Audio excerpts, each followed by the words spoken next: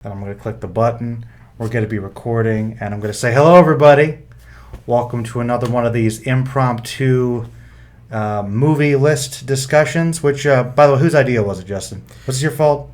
Was it Dan's fault? I think it might have been Dan's. Because I feel like I keep wanting to blame somebody other than Dan because he's so excited about it. But I'm like, who actually is the person that said we got to do all these videos? I don't know where it started. I mean, I know you were trying to say I need everybody's top 50. But well, yeah, that was just a random discussion, but then it became this thing. So I don't know who's to blame. I don't think it was me, but I guess since I'm implementing it, I'm partially doing it. But yeah, everybody, we're basically having some of my friends come over and talk about their top 50 movies. We got Justin here today. How's it going, everybody? You may have known him. He's been on the channel before, primarily with our little podcast talking about kaiju movies. There Goes Tokyo, which we'll be talking about giant ants soon, hopefully. Yes. Hopefully. But yeah, today, man, just like the last couple ones, we're going to do 50 through 6. Just tell me a little bit about why that movie is special to you personally, and I'll comment about whether I've seen it or not or whatever. Okay. All right, let's get this ball rolling. Number 50 is one I know you absolutely have seen. Okay. And that is Moonrise Kingdom. Oh, that's a good one. Now, we've talked about this on Film Fanatics several times. Check it out if you can find the old podcast. It is definitely watch the old video if you can. Honestly, this was kind of what got me on board with Wes Anderson. I saw Royal Tenenbaums when I was younger, and I thought it was okay. Everyone was telling me it was great. I thought it was okay. I saw Rushmore later. I think it's incredibly overrated. I haven't seen that one. And then I just kind of go watch this one and thinking, okay, it's going to be more of the same. This is the movie that sort of got me on board with him. I like the idea of it works like a fable. It works kind of like this movie where it's sort of following its own rules. And it finds a way to be funny and sad, quirky, yet also very serious. And nothing feels out of place. It's really well written. It's really well composed. I think it's just a really solid movie and does a really good job at being what it is. Yeah, I really liked Moonrise Kingdom when I watched it years ago. That was one I hadn't seen before. I feel like you're kind of a fan of magical realism, and there's some of that going on there. Absolutely. And I don't know, that one's definitely got a lot of the spirit of childhood and kind of simple adventure. Is there anything about that, the content of that story or those characters that relates to you personally that you felt connected to? Not especially, but I like the idea of sort of just letting the imagination run wild, finding these ridiculous scenarios in the regular everyday kind of stuff. Okay. And it feels very mature, but also very, very childlike, and I appreciate that. Okay, gotcha. So you feel like that's some way you kind of try to look at things from time to time? Occasionally, which kind of dovetails with my number 49, which is James and the Giant Peach. Oh, okay. Yeah. So before I go any further, quick reminder, this is not the greatest and best movies of all time. This is just personal favorites. And greatest movies of all time for Justin. Let's go with that. No, it's okay. And well, I mean, I don't think, but once again, I mean, I don't think you saying James and the Giant Peach, do you think that's one people would just spear the movie if you said it and put it on a best of list? I thought the movie was liked. No, it's liked. It's one of those that I think people look at other movies of that ilk and say, okay, why this one in particular? You've got Nightmare Before Christmas, you've got Coraline, you've got Kubo and the Two Strings, which, and I think the one thing that kind of struck me with this one is, first and foremost, Henry Selick might be the most criminally underrated filmmaker in the biz right now, because he got his start doing something that basically reinvented stop motion for Hollywood, and then just got completely overshadowed because essentially Tim Burton stuck his name on it. That's true. And I think that came up in a recent podcast, I think, with Peter. We talked about that too, how the whole marketing kind of overshadows it. But James and the Giant Peach, that one sounds interesting. I feel like I've heard you say you like it. Why do you really like that one? Well, there's two reasons. One, I've always been a Roald Dahl fan pretty much ever since I was a kid. This is one of the few instances where I will happily argue that the movie is in fact better than the book. Okay. But that's something that I think kind of speaks to adaptations as a whole.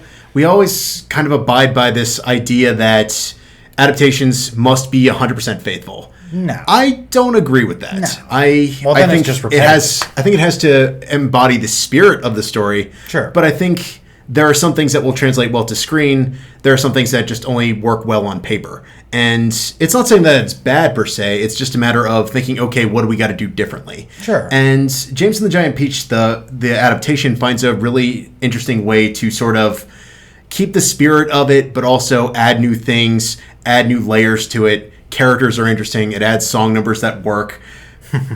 And I think, honestly, the stop motion for its time is really, really well done. And Freddie Highmore, what's not to love? San's good doctor, which we won't talk about. But it's not his fault. It's the show being horribly offensive. Writing it. Well, hey. Tangent over, though. Yeah, different video. Yeah, but no, I think this does a really good job of just making its own while also respecting the work. And honestly, what kind of puts this over for me and why it's on this list is the core message of James and the Giant Peach resonates with me. Very early on, It's summarized in one very simple sentence.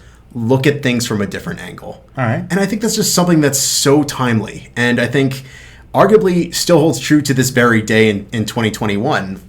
All these different things can take on entirely different meanings if we just take a step back and look at it another way. Mm-hmm. Whether I'm like trying to solve complicated math problems on a test or if I'm just looking at a conversation, it's just always resonated with me. I think that's something that's so simple but so effective and something that young people really need to hear about now. And I really do appreciate that. Yeah, that's definitely something that younger people need to know, and I guess that stuck with you, and it's definitely a message that can carry things on later on. Did you have a favorite character in that one? That is a great question. I know.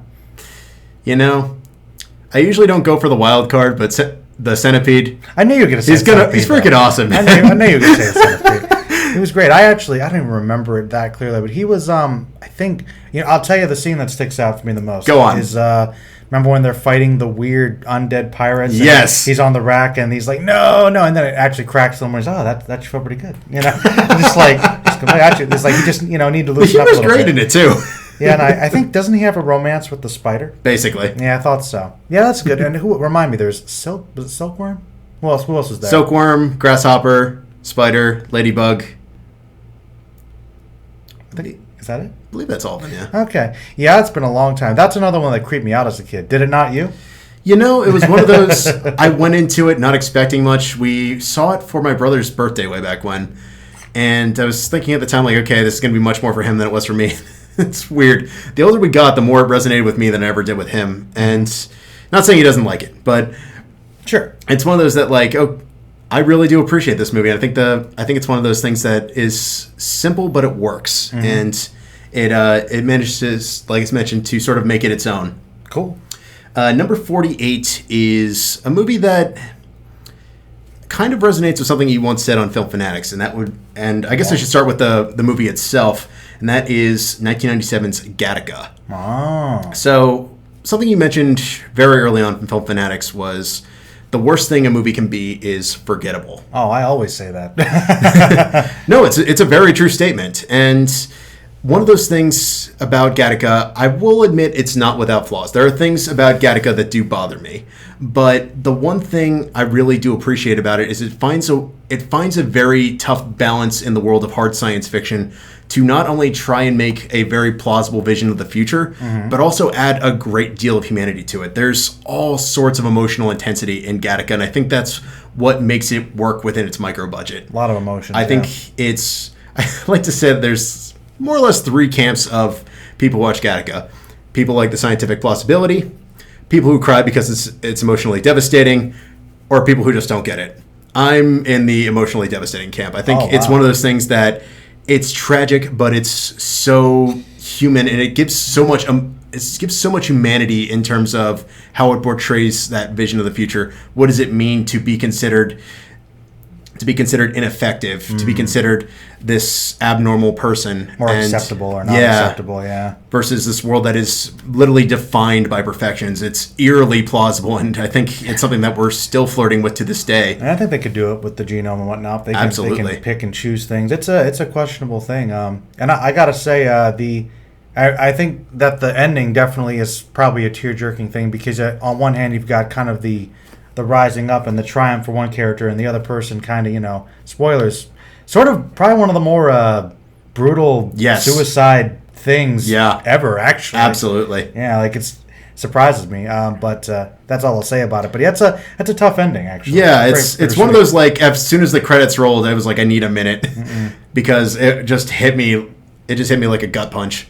And I appreciate that. I think it's one of those things that you want to leave a movie talking about something. Oh, and yeah. Gattaca gives you that with a vengeance. Definitely a lot to talk about. And I also like the fact that you said that it's does a lot with the budget, because that's a very high concept sci-fi movie, but it's not like showing technology in front of you all over the place. It's more about ideas. And no, it's a lot about setting the stage and making you kind of become immersed into that. And I think that's largely to the fact that it uses its characters well. It doesn't necessarily focus on, okay, here's flying cars and stuff. No. It just tries to give you an idea of what this looks like, how people are responding to this future that's not too far from reality. Mm-hmm. Absolutely.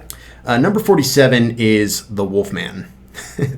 Now, Frankenstein, Dracula, this was kind of the movie that got me on board with monster movies as a whole. I'm assuming you're talking about the 40s one. Of course. Okay. Don't be wrong. I do like the 2010s one. Because I thought for a second you're throwing a curveball. Like, well, I don't usually hear that too much. Okay, the old No. Okay. I do like. Just clarify. I do like the reboot. Okay. But no, we are referring to the 1941 The Wolfman, not The Wolfman. Okay. Wolfman.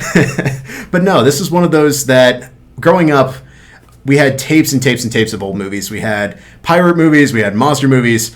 This one, we just turned on one day, and I was hooked from start to finish. I loved it. I thought the setup was interesting. The acting was really cool. The transformation scene for 1941 is incredible. It does this really nice job of both practical effects and really smooth editing. It feels seamless, and I love that. It manages to be campy, but also kind of have its own sort of intensity to it. A little tragic, too. And a little tragic. It finds a way to like just keep you hooked on that and see it as both a monster movie and kind of a twisted fairy tale in its own weird way. Mm-hmm.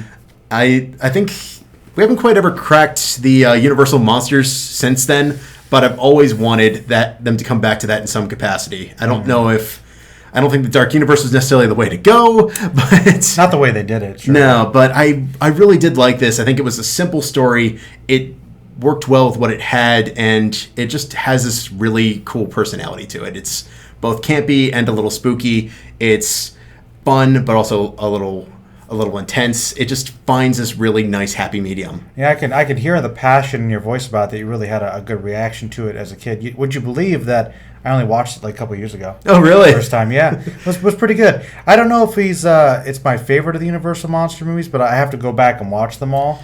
I guess that means that he's your favorite monster? He's probably up there. I mean, I really like Bride of Frankenstein as well. Oh, yeah, that's a good one.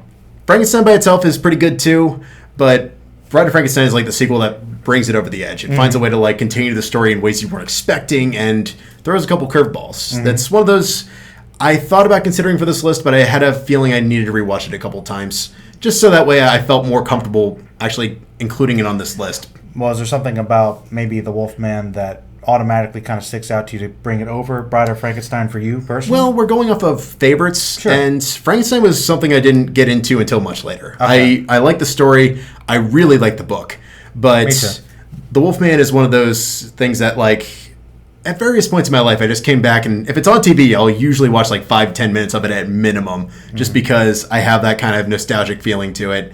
I really enjoy it, and I think it's just one of those things that you can just get into. Definitely. And I appreciate that. Some of them are kind of a slow burn. The Wolfman just rides, and I like that. Sure, absolutely. Yeah. Number 46 is one that's very, very dear to my heart, and that is Ink. Oh, yeah. Ink is, as I would probably put it, the little movie that did.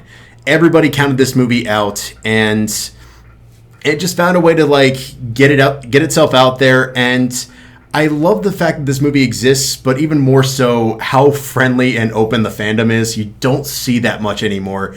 Oftentimes it's people just shaming each other, getting into fights over random things. The Ink fandom is essentially, we want people to watch this, and I think that's so cool. Even if it's like you never want to watch it again, we just want it out there. Just see it. I really do. I really appreciate that. It's just so inviting. And what's even better with that is, I think, speaking of micro budgets, it does a really, really, really nice job of doing so much with so little. It finds ways to incorporate action sequences and surreal images and all these bizarre and quirky characters that kind of embody this also kind of dark fantasy sort of fairy tale aspect to it, and it comes to life. It's a really solid urban fantasy, and I just love that world. I really hope at some point Double Edge Films considers giving it another shot. Not necessarily giving us a direct sequel per se, but just bringing us back to that world, because I think there's so much more that could be done with it. Didn't the director do something kind of similar? They did another movie? They did do another movie. It was unrelated. It has also kind of a surreal urban fantasy feel to it. I wouldn't say it's exactly the same. It's a little bit more cerebral. Okay. But I think Ink was pretty cerebral. Ink is cerebral in a different way. This is more the follow-up. I don't want to say the follow-up in terms of like it being a spiritual sequel or anything. Thematic follow-up. Yeah, the stylistic. Yeah, the next movie that they did was more cerebral in a kind of self-aware sense. Oh, okay. Yeah, without getting into too much specifics and remaining on topic. Yeah, but hopefully we can deviate a little. It's fine.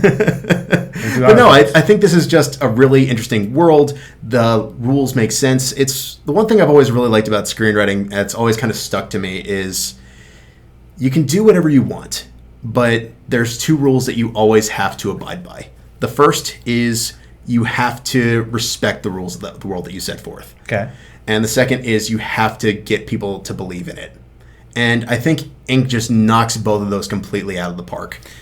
Well, the thing about Ink that sticks out to me the most is that it's very clear that everybody in acting in the movie is kind of really committed to the script, and absolutely, like they all really believe in the story they're telling, and I think that breathes a lot of life into it. And it's actually one of the best movies to really kind of feel dreamlike. I mean, once again, not to take a shot at Inception, but like this movie feels weird and meshing. And I always thought it was very interesting how the movie kind of blends the idea of dreams with the afterlife, kind of. Yeah. It's kind of weird how there's like sort of this line that's never quite explicitly stated. It's very interesting, and I think that's a very difficult movie to watch in some ways. I think it's scary and it's pretty sad, but it's also really gets you, you know? And actually on that same note, it's one of the few times I can really think it taught me a very important lesson very early on when I was getting into movies from a more analytic perspective, which is not every twist has to be jaw-dropping to be effective. No. Ink's is clever. It's not jaw-dropping, but it fits, and it really just sells everything that you've done up to this point. And you can see how the pieces fit together. And it manages to both be clever, but also have an emotional core to it. And I think that's one of those things that I really admired about it. It tells its story. It has that scary vibe to it. It has that mysterious nature to it. But then it also helps you see how the pieces come together to a nice, cohesive, satisfying whole. I gotta ask you, because whenever I think about Ink, I always sort of bring it up. Doesn't it kind of feel like a live-action anime? Sometimes. A little bit. Some of the characters, especially during the action sequences. Just the way some of the characters interact, it kind of always has that vibe of like sort of that adventure group. Yeah. I also really think that the villains are very creepy. Absolutely. I like their design's pretty good. But I'm glad I watched that when I was older, because I'm pretty confident if I saw Ink when I was in my my preteens, I probably would have had nightmares. Oh yeah, no doubt, which is their job. Number 45. The time has finally come, Joe. We might actually have an opportunity to talk about it. Uh-oh. The Happiness of the Katakuri's. Oh yeah, because the one that everybody keeps avoiding. Yeah, well, you kept dropping this movie in conversation for years, like for me to watch it, and then we finally did. We finally did, and honestly, I think it was one of those that just kind of solidified it. You mentioned commitment in Ink. I think The Happiness of the Katakuri's would not work if everybody on board, including probably one of the strangest filmmakers in the business right now, Takeshi Miike, just completely sell how completely bizarre this movie is. It sets it up right away with that first scene, which is kind of like almost unrelated, but it kind of sets up how wacky the whole thing is. Yeah, it's one of those movies that I feel like you're in for the ride or you're not. And I think for me, it's just one of those that there's nothing else like it, even though it's kind of a pseudo remake.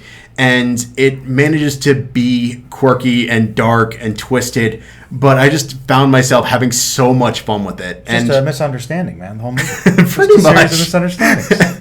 It's one of those movies that really hits home how well dark humor can be used when it's done right. And it manages to be funny, but it also has a lot of heart behind it too. And the thing that I think I love about it the most, it's not afraid to be weird, and I think that's largely to the credit of its actors as well as Mickey himself. The song numbers are great. The setup is fun. I think the more it goes further down the rabbit hole, the more you're on board.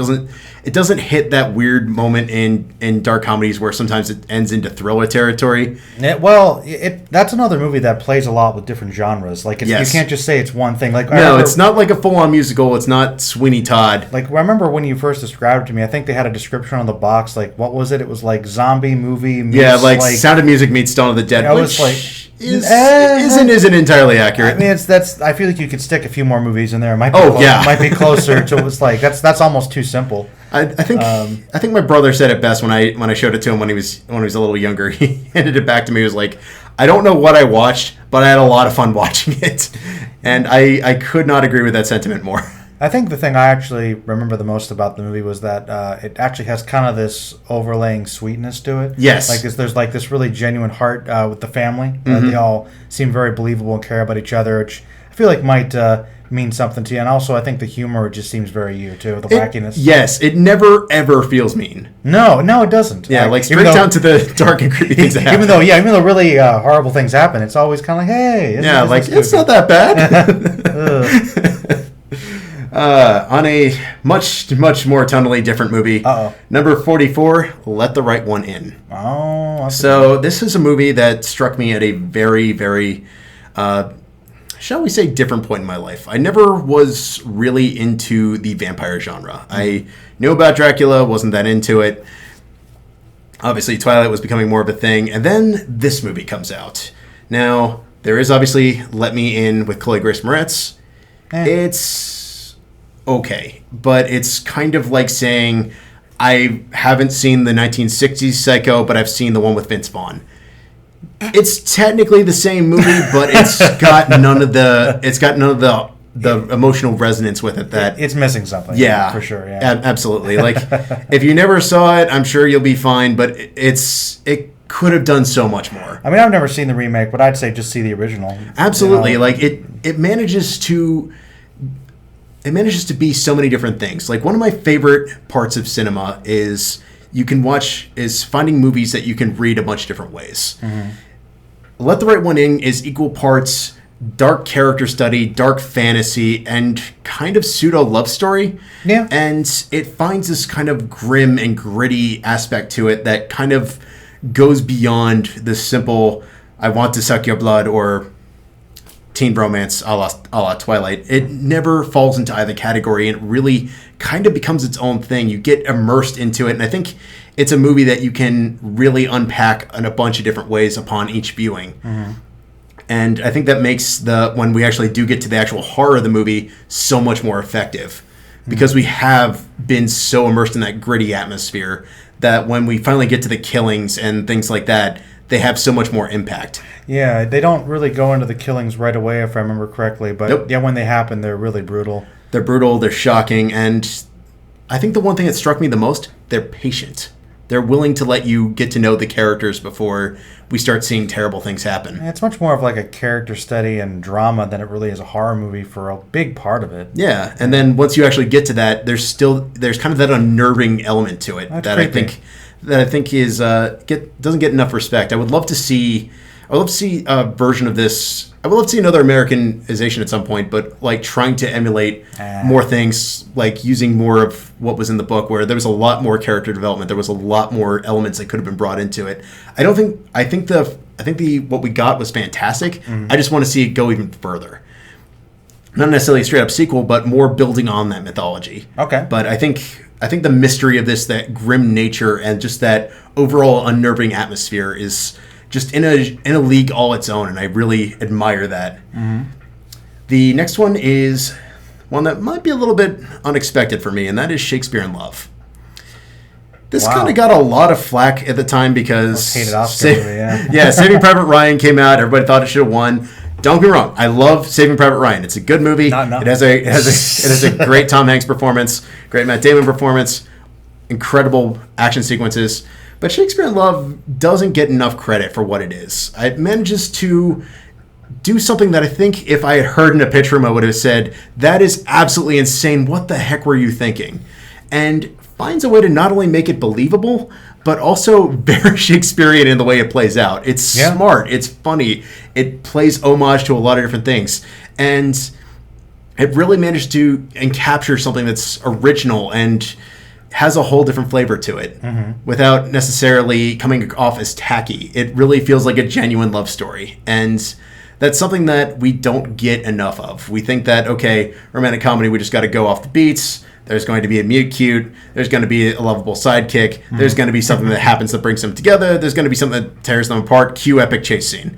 Shakespeare in Love finds so many ways to kind of challenge that and also make it very true to its format. And I think there's a lot of really funny moments with it. It's got a lot of charm to it, and the leads have incredible chemistry. So is it just something that the romantic elements of that movie and the fact that it doesn't go over all those same beats, that's kind of one thing that you found about it is refreshing? I think it's kind of in the same way that Scream is refreshing. Okay. Like it's going beyond both being a horror or a comedy.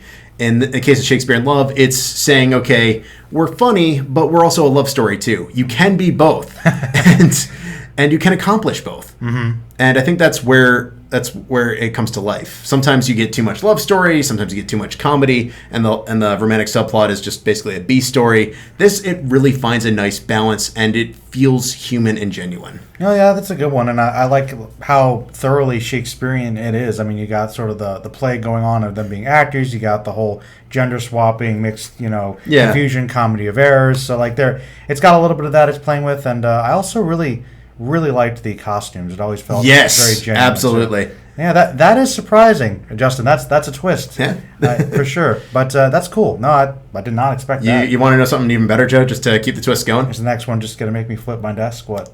It might be my favorite Ben Affleck performance. In Shakespeare in Love? Yep.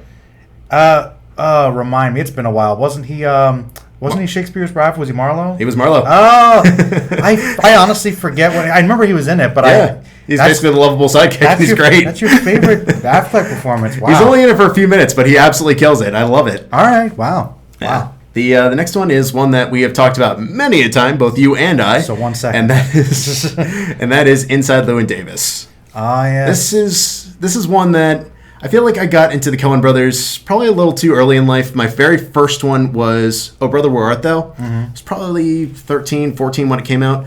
I thought it was okay. I wasn't in love with it as everyone else was, but I did appreciate it. It was something different. It was offbeat. This feels like everything I've come to appreciate about the Coen brothers over the years, kind of immersed into one movie as one full package. Oh wow! Okay. It's got quirky characters, it's got an original story, it's got some great music, it's got a bizarre setup that works. It's just got all these different things that come together in ways that you wouldn't expect. And it's got a cat too, don't forget that. And of course a lovable cat, good old Ulysses. Or the cat, depending on how you choose to look at it. But no, I think it's one of those, everyone does a really good job. It manages to both be at times very silly, but also at other times very kind of harsh truths about reality, kind of almost a social commentary on the industry as a whole.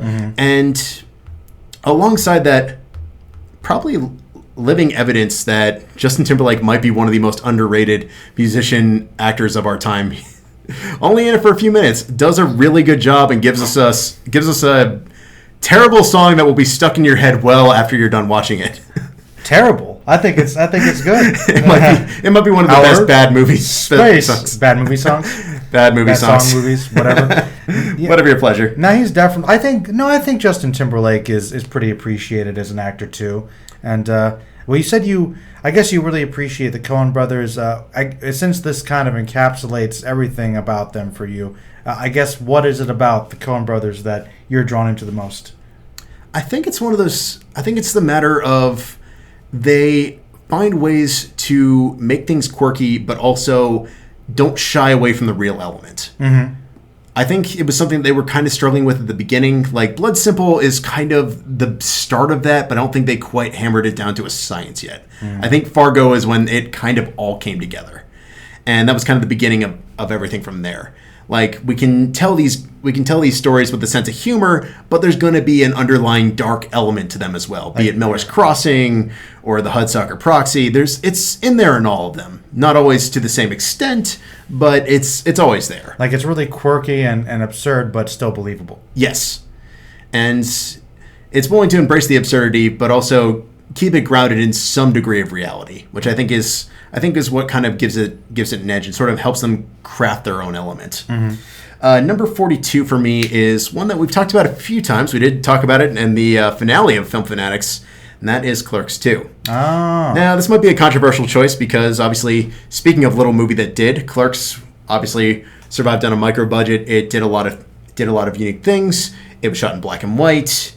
It was done on a micro budget and basically thrived on video sales. But if I had to be honest, don't get me wrong, I love the original Clerks. I think it's smart. I think it's funny. But if I had to put the two back to each other, Clerks 1, definitely smarter. Clerks 2, I think funnier and I would argue more poignant. I think that's something that people overlook. Like, okay, it's Kevin Smith. It's raunchy. It's gross.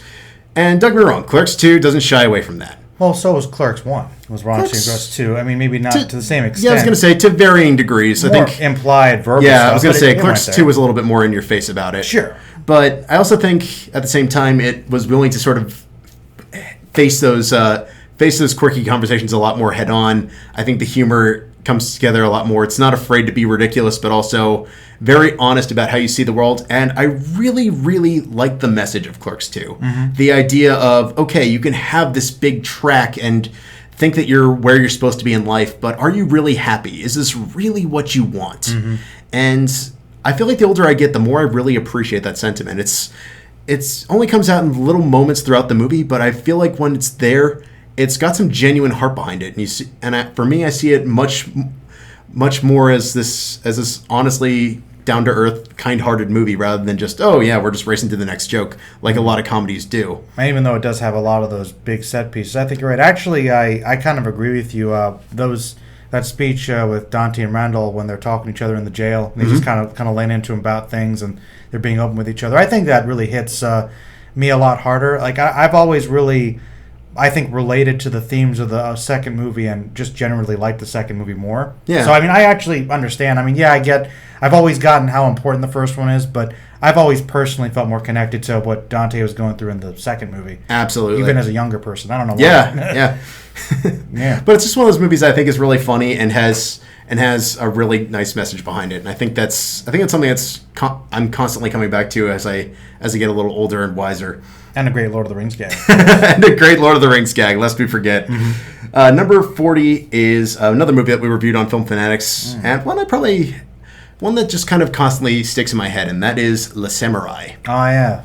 This is a movie that I think just does a really, really good job being a bunch of different things. It's a crime thriller, it's a noir, and it just is... It's not racing towards the next action sequence. It's patient. It takes its time. It builds up things. It builds up characters. And it does a fabulous job just making you immersed in its world. I feel like the first time I got done with it, I felt like I was getting off a roller coaster. Man. Because there was just all these different emotions hitting my head. What's this guy doing? Does he care? Does he not care? Is this just a job to him? Is it something more? And it keeps you guessing. And once it's getting to the action sequences, they're shocking and they have impact. And even though they're not necessarily a mile a minute, you're on the edge of your seat each time. And I really, really like that. Wow. No, I had no idea you loved that movie that much. I remember you showed it for Film Fanatics, I think, right? Was it your piece? Yep. And I remember not liking it that much. That did not connect with me as much as it did with you at all. I have to watch it again. I feel like maybe I missed something. What was it?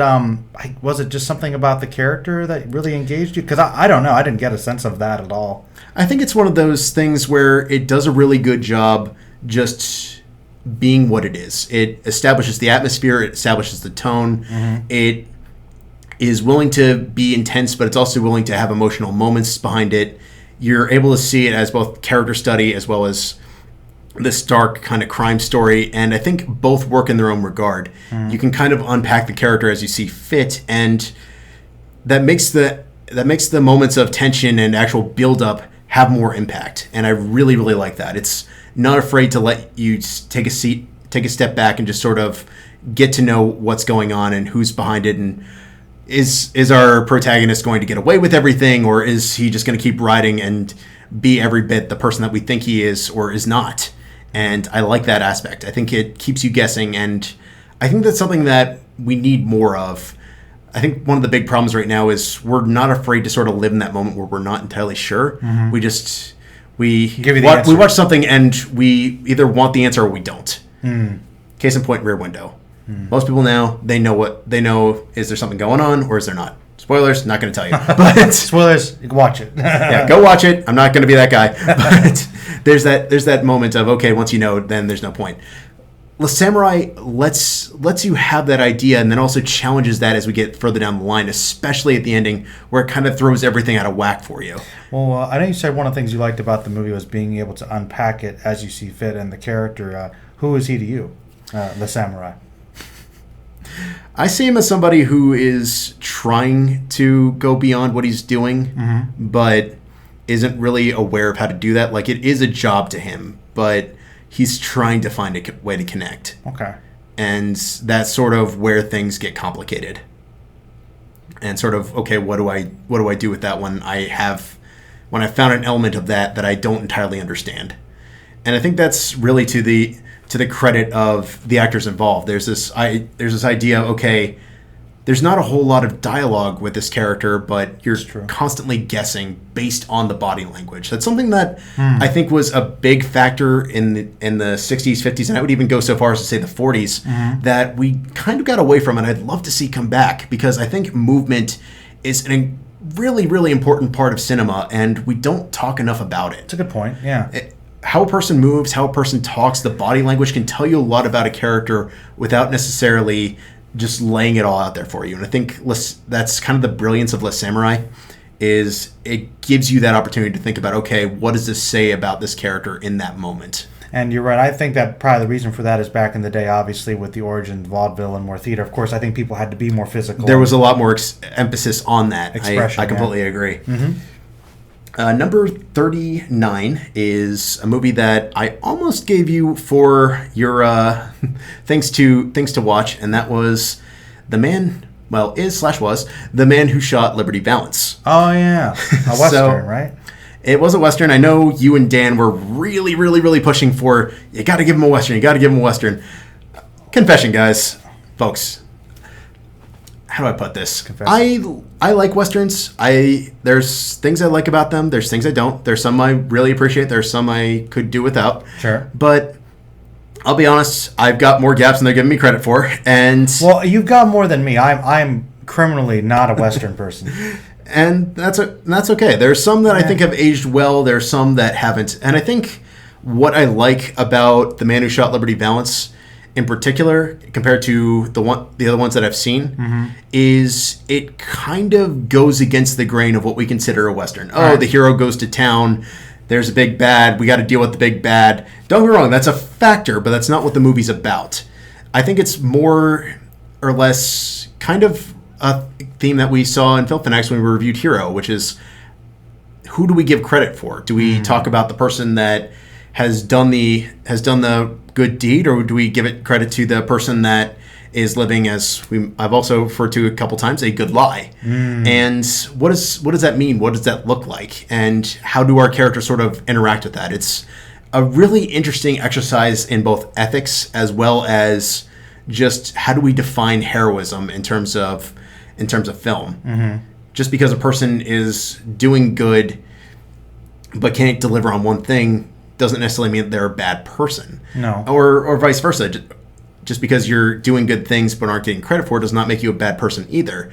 But it's just a matter of, how do you see the world and how do you see the people that are a part of it? And I think that's something that really adds to it. I think it's a really underrated performance by John Wayne, and I think Jimmy Stewart is a perfect actor to play off of in that regard. It's kind of this idea of grit versus innocence, or I guess in this case probably more appropriate, naivete.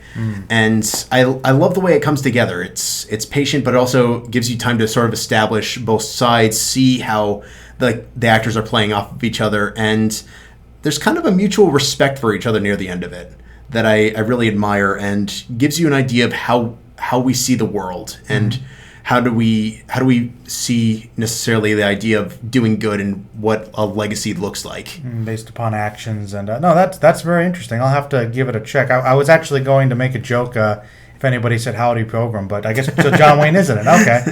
All right. Yeah. The next one is a movie that I've talked about, I think, once on Film Fanatics. I never came back to it. I probably would have if we had kept going, but that is Waltz with Bashir. That's a good movie. That is a really good movie, and I think the one thing I really like about it is documentaries don't take a lot to produce.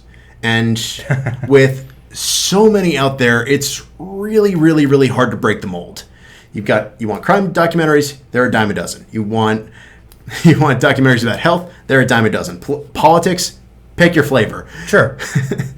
There is nothing like Waltz with Bashir. No. And from a documentarian perspective, you could argue that it kind of ruins the authenticity behind it because it's not all pure documentary. Yeah. He's in front of the camera and it's animated, but he does such a good job of trying to be objective in what's going on. I think part of that is because when he's starting the documentary, he is not aware of what all happened. So we're exploring that through his eyes. And I think that's really genuine. I think it has some really, really smart moments of just really thinking about how do we perceive trauma? How do we perceive horrible things that happen, and where do we go with that? And also, it's interesting to hear because it's kind of put together based upon people's stories and what they say, and that's kind of source the animation. So you're kind of getting that closeness of the truth based on how much it's embellished and how people felt about it and representing that in different ways. Absolutely. Visually, so it kind of becomes his truth by the end of it. And I think in that way it's got its own sort of brand of authenticity, but in kind of a weird way. And that actually kind of makes me wonder, because once again, it's been a while since I've seen it, when the actual Waltz with Bashir happens, was that something that was based upon accounts? But we don't know completely for sure if that's we don't know if that's true or is that the legend false. Almost of this guy fending people off in this? Is there fiction or is there truth? Where's the line drawn? And I think a lot of the documentaries that really hold resonance for me are the documentaries that don't feel like documentaries. Mm-hmm. Like Searching for Sugar Man feels every bit of mystery in a biopic as much as it does a documentary. Waltz with Bashir feels almost every bit as much, if not even more so, a psychological thriller as much as it is a documentary. Well, it feels more like it's magical. Like honestly, I didn't realize I was watching sort of a documentary when I was first seeing it, because it just doesn't feel like one. No. The animation obviously kind of changes that. Though I'll tell you, when they do that cut, just live footage. So no, a lot of the stuff actually happened. That's pretty it throws you completely off balance. Like, oh no, this isn't a cartoon. No, this is what's happening. Welcome to real life. Yeah. Yeah, I was like, cut. Yeah. And it's effective. It makes you really think about just how much things can be perceived in different ways. And also just kind of a glimpse of just a little piece of history that a lot of people might not even have thought about. Absolutely. Number 37 for me is Before Midnight. Yes, I know. We're going to talk about it. We did an entire episode for it on Film Fanatics. I saw it coming. It's fine. I mean, I knew it was going to happen. Yeah, but I mean, the one thing I really respect about this franchise is... The one thing? You can say more than that. Oh, don't get me wrong. There's many, but the one thing I'm referring to in this case is everybody involved with it is doing a good job of not only giving us a sense of this is a sequel, but also answering a question that I don't think enough sequels do. Why are we back? What has changed? What are we doing back in this story? Remind me again, because I get them confused. Which one is this? This is the one where they're in Greece. Oh, so this is the latest one. Latest one, correct. Okay. And I think it does a good job of sort of playing off of the fact that, okay, these are two people in love, but they've also been in love for a long time. It's not as storybook as it used to be. Mm-hmm. There's more complications. There's deeper questions at hand here.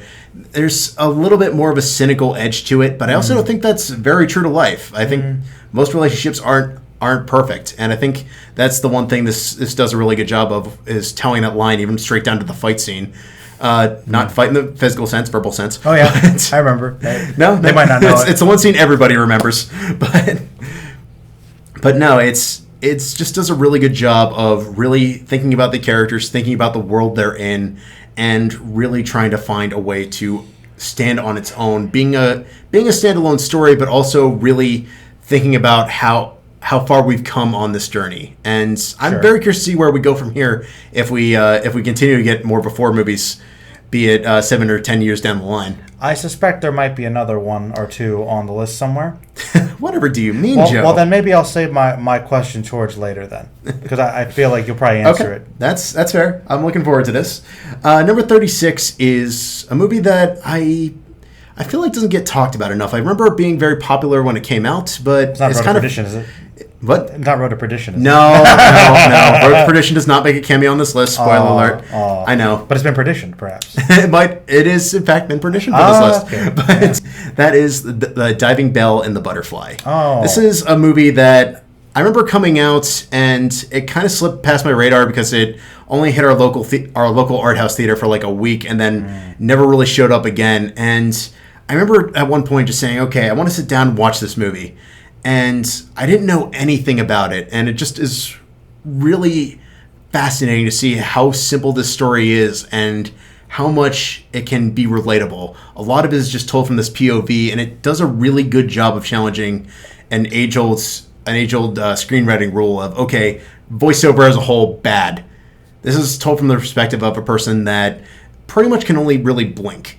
And we're hearing his voiceover constantly from POV, and it does a really good job of not only giving you a sense of what that disability feels like, but also the vulnerability, the concerns, the anxieties that come from that, and sort of what that feels like, how that kind of eats at you, and what kind of images build up in your mind, and how people respond to that. And it finds a way to be very, very relatable and also very surreal in its own regard, capturing things in ways that you wouldn't necessarily expect them to. Okay. And that always kind of struck a chord with me as a writer, but also as somebody who has lived with a disability for most of his life. Number 35 is one that you and I have talked about off air plenty of time, but I don't think we've done a whole lot on air, and that is David Lynch's Lost Highway. Oh, wow. Wow. It has made, in fact, a cameo. So wow. There's a couple David Lynch movies that I know you and I have spoken about. And most of them, yeah. To be honest. I know. It's tragic that Dune will not make the list. And Eraserhead, I probably need to watch again at some point. It's probably going to happen. I just don't know when. But it's fine. It's fine. But honestly, while I like Mulholland Drive, I think it's well written. I think it's mysterious, and I think it does. It's overrated. Oh, the truth comes out, folks. It's a little overrated. But no, I think it does a lot of really unique things. Lost Highway does a really interesting job of giving you all those pieces, crafting a very bizarre, surreal mystery, and there are ways to interpret it that can put all the pieces together. It's one of those movies that I found while I was in college, and my professor assigned it to us at the time, and I figured, okay, it's David Lynch, I should probably watch this ahead of time and give myself some time to sort of like let it stew for a second after I watch it. Thank goodness I did, because I can only imagine how lost I would have been in the moment. On the highway, almost. Whatever do you mean? But of the mind, quite. And I just remember thinking as I went along, as I was thinking about how these pieces come together and reading all these different interpretations of how the story can be determined, it just stuck with me. I kept thinking about the imagery. I kept thinking about the characters and the bizarre ways things played out, as well as what it means to feel like you're living another life. And it's just so unique in its regard. I feel like at the time, David Lynch had done so many things that people kind of fell in love with. This kind of was kicked to the curb, but it's one of those things that just, I love it. I think the characters are cool. I think the setup is interesting. I think it says a lot about the human psyche in ways that I don't think has ever really been done nearly as effectively on film before, especially depending on how you choose to interpret it. But there's been so many different theories about how this movie came together, and I don't think any of them are wrong. I think it only makes me appreciate it even more as I get older. And, oh man, great score. Well, oh yeah, very very contemporary for the time too. Oh yeah, A lot of metal and stuff on there, which is unusual. Yep. But Lynch knows music pretty well. he does. I wonder. What was it with Lost Highway? I was gonna say something, and I think I might have lost it. Uh-oh. Actually, oh yeah. Oh no, that's what it is. I'm glad it's on the list too, because you must know that there is proof that Bill Pullman can pull it off. Of course. Yeah, like I think he honestly has had a lot of misfires, but he does that movie very well. He does. He does. I mean, he's only in it for a brief amount of time, but he absolutely sells his role, and he does it well. And I think there's so many things to unpack about that brief moment of the story that makes it even more engaging and even more surreal when you really take a step back and think about it. Good discussion piece for sure. Absolutely. Number 34 is Team America: World Police. Okay. So what I love about Trey Parker is he is incredibly deceptive in terms of how he chooses to do comedy. He will try and throw a bunch of lowbrow stuff at you, and then you really think about it a second, and you realize this guy's saying stuff that actually holds more weight than we're giving him credit for. And I think that's very, very true in the form of Team America. Like, why are these people commenting on things like we should care about their opinion? and he just manages to like throw in social commentary, an aspect on politics. I would love to see an updated version of Team America. Did they ever do anything, any spinoff or anything? No, and I think it's a crying shame because there's so much left to talk about. Absolutely, especially in 2021. Do you think there's any reason he didn't? Because I feel like that was a pretty big hit, wasn't it? It was. I think there's two reasons. I know he had a really hard time with the puppets. And that's kind of why he hasn't done a film since, because he spent so much time putting this together, and the censors just ripped him a new one because it was like, oh, it's a puppet show. It must be for kids. Oh, no, it's not. It was just a hard R, right? It got a hard R eventually, but it took a couple cuts. Yeah, I feel like that could easily have been like an X-rated sort of thing. Oh yeah, no, the unrated cut earns its title, but I think it's very timely. I think it's funny. I think it's dumb, but it's also managing to throw in some really clever tweaks to that. I think Trey Parker absolutely has a place in the form of a feature film director, and I really, really feel like he needs to come back at some point because we are missing this man. He's got so much potential. You know, I mean, I appreciate that there's obviously some smarter social commentary with a lot of their stuff, but you also do seem to like some of your potty humor and whatnot. Yeah, I do. You do I think like there's some an of that art stuff. to potty humor. I think it depends on how it's utilized, and I feel like it depends a lot on how it's done. And I think a lot of it stems from the fact that Trey Parker doesn't make any qualms about it. It's supposed to be offensive. It's supposed to be outrageous. It's supposed to be ridiculous because this is the world that we're constantly accepting. And I think that makes it all the more smarter, especially when he did the South Park movie way back when in the 90s. And it's like, oh yeah, this is how the censors are doing it. But don't worry. As long as we don't drop an F-bomb, this movie's going to get PG-13. Don't worry about it. That's very true. Yeah. So I would love to see him do more movies, even a Book of Mormon movie at some point, which I'm sure will happen. I just wish he'd get back into it sooner. But I'm surprised that didn't happen sooner too. Yeah. Yeah, I know it's been in the works forever. It's probably going to end up having Wicked status at some point. But no, I just think there's so much that's timely and so ridiculously effective about this that there's still moments about this movie that crack me up. Number 33 is a movie that should come as no surprise to anyone who knows me, and that is Battle Royale. I think The Hunger Games is fine in its own regard. I think comparing the two is kind of like fruits and vegetables. It's not that they aren't comparable, it's that they're two very different entities. I mean, I think that Battle Royale is just honestly a better movie. Battle Royale goes deeper into its philosophy. All right, it's more harder edged. I mean, like why Hunger Games is YA. It's more digestible. It's not. Yeah. It's got to get the themes across, but Battle Royale is obviously harsher. Yeah, it's trying to dive deeper into the themes, the symbolism, and things like that. And it can be dismissed as cartoonish, but a little. This is another instance where I think I wouldn't necessarily call the adaptation better than the book per se.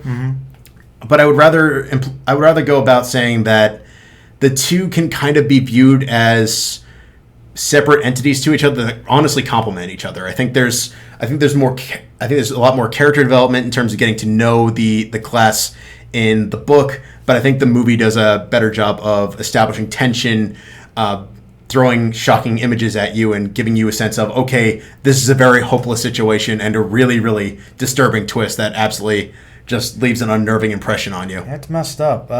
Is that a movie I mean, obviously, I think you probably like a lot of the technical aspects to it, but do you find that movie interesting because of the relations between people, the group dynamic, stuff like that? I think there's that, and I also think it's a matter of it's not afraid to say this, all shots illegal in this world. This is not something that's going to make qualms about what's going to happen to whom and when. Some characters will be big characters. Other characters you will lose in literally seconds. And it will shock you. And it will come as a surprise. And there's not a whole lot of movies and shows that can pull that off. Battle Royale's kind of almost like a modern Grindhouse movie, isn't it? In its own way, and kind of in the same way, a lot of the Grindhouse movies that have stood the test of time because they often were talking about things that were under the surface that they wanted to emphasize, but just tried to make more pulpy. And I think where Battle Royale shines is the fact that it is trying to say something deeper about the world of the educational system. And about overpopulation. The overpopulation, just general rebellion, and how to reach youth, and what is going on with the world, and how we are trying our best but also failing at the same time. It's dark, it's cynical, but it's also not without merit. It's got a good point. If you forget the double negative. No, it's fine, and I think Tarantino really liked it as well. Tarantino did very much enjoy it, and we can try this out. I think it's got the Grindhouse title, Battle Royale. Very much so. See, there you go. Number 32 is a movie that we never really talked about until now, but it is one that really struck a chord with me, and I think it's largely because I was really into a similarly themed movie, but I think this one does it so much better. Okay. And that is The Wanderers. Oh. The Wanderers. Oh, that one. So when I was younger, I was really into the Warriors. I like the setup. I think the world is fascinating. I think the way things come together. Yes, Warriors come out to play, but I thought the action sequences were cool. I thought the setup was interesting. It took a simple concept and made it suspenseful and engaging. So wait, was the Warriors going to potentially be on the list and Wanderers did it better? Is that what you're saying? I think so. The Warriors was very much a chase movie. Okay, we got to get home. We got to do this thing. Yeah. The Wanderers is very much in the same way a gang movie, but it's also very much a sign of the times in the 50s. Focusing on the role of gangs, but also focusing on the entire structure of the 50s as a whole. Okay. Willing to look at the good, bad, and ugly of that. Okay, there's this idea of wanting to look cool, and also trying to be educated, but also being a smart aleck. And I think it just does a really good job of portraying a time that has often been romanticized. It's okay, we're just trying to kind of get away from the war, and it's not so simple. It's got this the times are changing, and we're kind of stuck here in this way station part of the time. And by the end, we're moving towards things that we may or may not be ready for. And I think that strikes a deeper chord because it's so much more than just simply this big, we're rushing towards the next big fight scene. And when you really look at it, they're two separate entities, but I feel like The Wanderers really captures a point in time and gives us a bigger, I would argue, a term that I brought up a couple times on Film Fanatics, a cultural study. Okay. And a really effective one at that. And isn't afraid to be quirky or dark, but also just try to be honest about what it is. When did The Wanderers come out? 79. Okay, so it was similar. Yeah, okay. Around the same time. Okay. The next one is King Kong, and we have talked about that many times in our own episode. Check it out. Yeah. But I think this is one of those that the more I come back to it, the more I appreciate it. It's a great adventure story. It's a really smart conversation about the entertainment industry for its time, and I think we just keep coming back to it because it's, for the most part, just a really well done fable.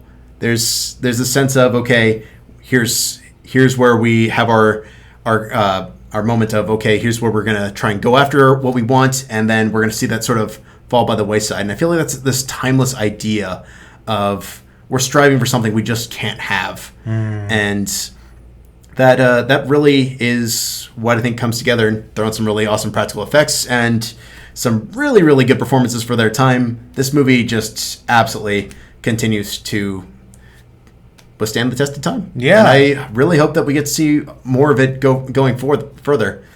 Number 30 is Before Sunrise. Okay. And this is one that I think does a really good job of capturing young love, but also capturing young love on a distance perspective.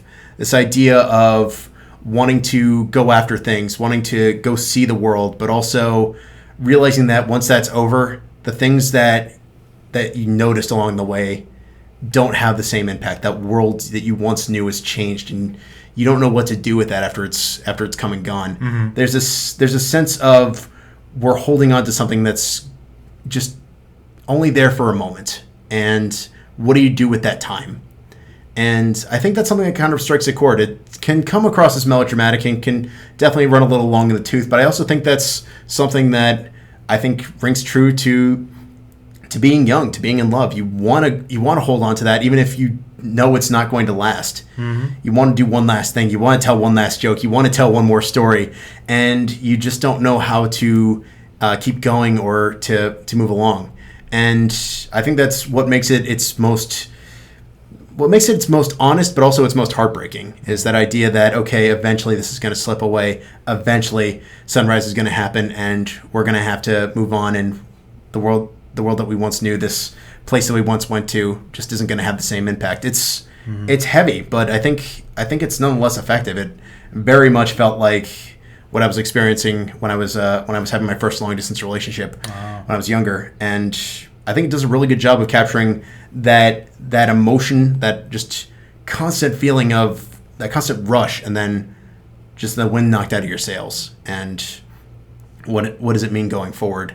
Is there going to be a next time? Is there going to just be moving on? Is there going to be that wondering of what could have been? Mm-hmm. And I think the last scene is really when it holds the most impact. Wow. Okay. Yeah. Number 29 is Shaun of the Dead. Oh, okay. This is a movie that I think just does parody so brilliantly.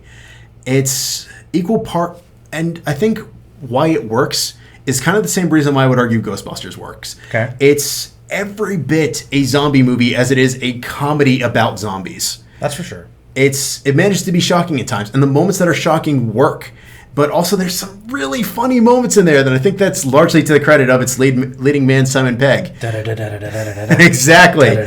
For me, it's always going to be, and wait for the Winchester for things to blow over. Winchester for things to blow over. Yeah, just the plan. I think it encapsulates a lot of the great things about Edgar Wright. The fast edits, the repetition, the way he sets up jokes and isn't afraid to bring them back and help establish them so they get funnier as the story goes along. There's something really about just that quick wit and how he kind of like mimics the edits to that fast-paced way that your thoughts can be fast-paced. Yes. Or at least his. Absolutely. Because, like you said, every time he goes to the scenario, okay, now we change this, add this to the plan, we go here, pick them up. He keeps changing it every time. It's funny, those little add-ons. Yeah. So it manages to really be suspenseful, but also be really funny, and it manages to really just toe this line in a way that never feels like it's compromising its tone. I also feel like Shaun is just a very relatable character. He is. A lot of people probably can relate to some of his feelings and what he was going through. And I think that's why George A. Romero was like, I need to meet this guy. Because he just does a really good job with it. He manages to tell a really funny zombie story, but he also manages to tell a really great zombie story. And yeah. I think that's something that rings true, and I think that's part of the reason the zombie genre has never really gone away. It's had moments where it's kind of ebbed and flowed, but it's never really dissipated. I feel like that might be the movie that kind of brought the resurgence back, though. Yeah, you could say that. You could say Warm Bodies. It's honestly hard to say. Hard to say. I just feel like there weren't a lot of zombie movies in the 90s, right? Well, not that I can remember. Yeah, I was going to say there were a few. Like, obviously, Return of the Living Dead kind of was a weird entity that kind of, and obviously you had the 1990s remake of Night of the Living Dead, but I feel like Shaun of the Dead, not Shaun of the Living Dead, I'm sorry. The other one, yeah. Shaun of the Dead just did a really good job of saying, okay, you know what, we've given you scary zombies, let's try and do something that people aren't expecting. We're going to tell you this really quirky story, and it's going to basically be a romantic comedy that just has special guest star zombies, and It works. It really works, and it's solid, it's clever. I think the action sequences are solid, and I think the suspense absolutely kills it. And Simon Pegg and Nick Frost are like the ultimate comedy duo right now. Please let nothing bad ever happen to them. Never break up, guys. I hope they do another movie. Yeah. Absolutely. In a minute. Get Edgar Wright on board with that. Mm-hmm. Number 28 is a movie that I think never gets talked about enough. I think in films, like really deep film circles, it does. Mm-hmm. But for me, it is Peeping Tom. I think it is kind of the birthplace of the slasher. I think it does a lot of things that were very, very ahead of its time, and things I'll be frank, I'm shocked they got away with in the 60s. But does this really cool thing with POV, making you feel like you're in the killer's shoes, and it's super effective in what it does. It just is bone-chilling, and it also gives us a whole different perspective in terms of how things come together and what does it mean to be in this very suspenseful world dealing with these people, and just giving this sense of dread. I feel like this kind of paved the way for so many movies to come. The opening scene in Halloween, moments that involving moments with Friday the 13th where we don't necessarily see the killer until near the end of the movie. POV shots, I guess. Exactly. Like, there's just so much that this movie does not get credit for, and it makes me sad. Now, that's one I need to see for sure. So you think that one's more influential than Psycho for the slasher? Psycho, I think, is up there. I think Peeping Tom kind of took that and brought it even a step further. Okay. So, don't get me wrong, Psycho was definitely influential, and I've got no qualms with Psycho whatsoever. It's just one of those... This just did so many unique things for the genre for its time, and I think that's always kind of resonated with me. Number 27 is one that I feel like if we had done this list probably 5 years ago, would have never touched this. Okay. But I feel like the older I get, the more I respect this movie, and that is E.T. the Extraterrestrial. E.T. And actually I'm going to take a sip for this too. Oh, sorry, folks. Ding. Ding. When I was a kid, I saw E.T., much like many of you, and I thought it was good. I wasn't blown away by it, but I feel like the older I get, the more it just sort of draws me in.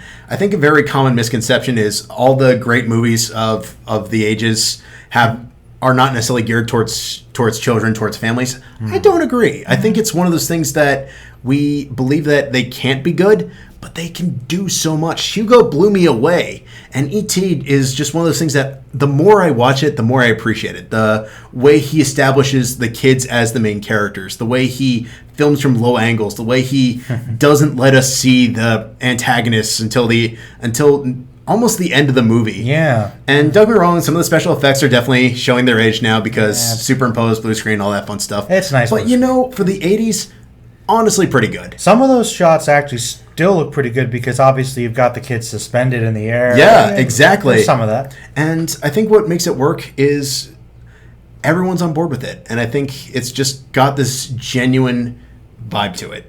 You care, you're invested. When bad things happen, you're almost every bit as concerned as the leading characters. And I really appreciate that. It makes me really miss the older Steven Spielberg, where he took more risks. He was willing to sort of push the envelope and do things that people weren't expecting. I think that's why when people come after Hook, I'm like, you know what?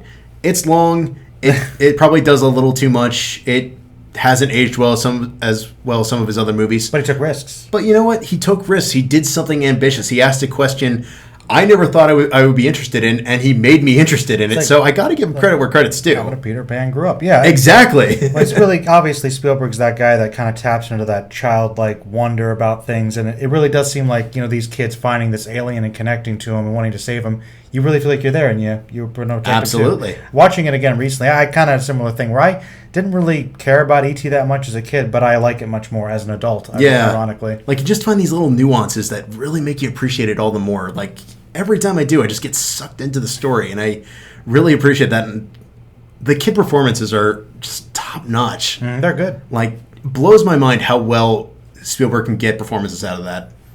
It's almost like he's a good director or something, right? I would say not only that, but a child at heart. But yes, that absolutely. That too. Yeah. Number 26 is Saving Private Ryan. Oh wait, so it is here. It is here. It is here, and maybe it's poor taste to follow up Spielberg with Surprise, more Spielberg. But this is probably the poster child for me in terms of really ambitious Spielberg. He took risks. He tried new things. He really emphasized styles that people weren't doing yet. And holy moly, he found ways to make shaky cam engaging and interesting rather than just fighting to see what the heck is happening on screen. Cough, cough, green grass. But shots fired yet again. Yeah. But no, he managed to tell probably what I would argue at the time the most brutal interpretation of World War II at that point in time, and giving us a bunch of characters that we're really invested in and helping us really see it from their perspective.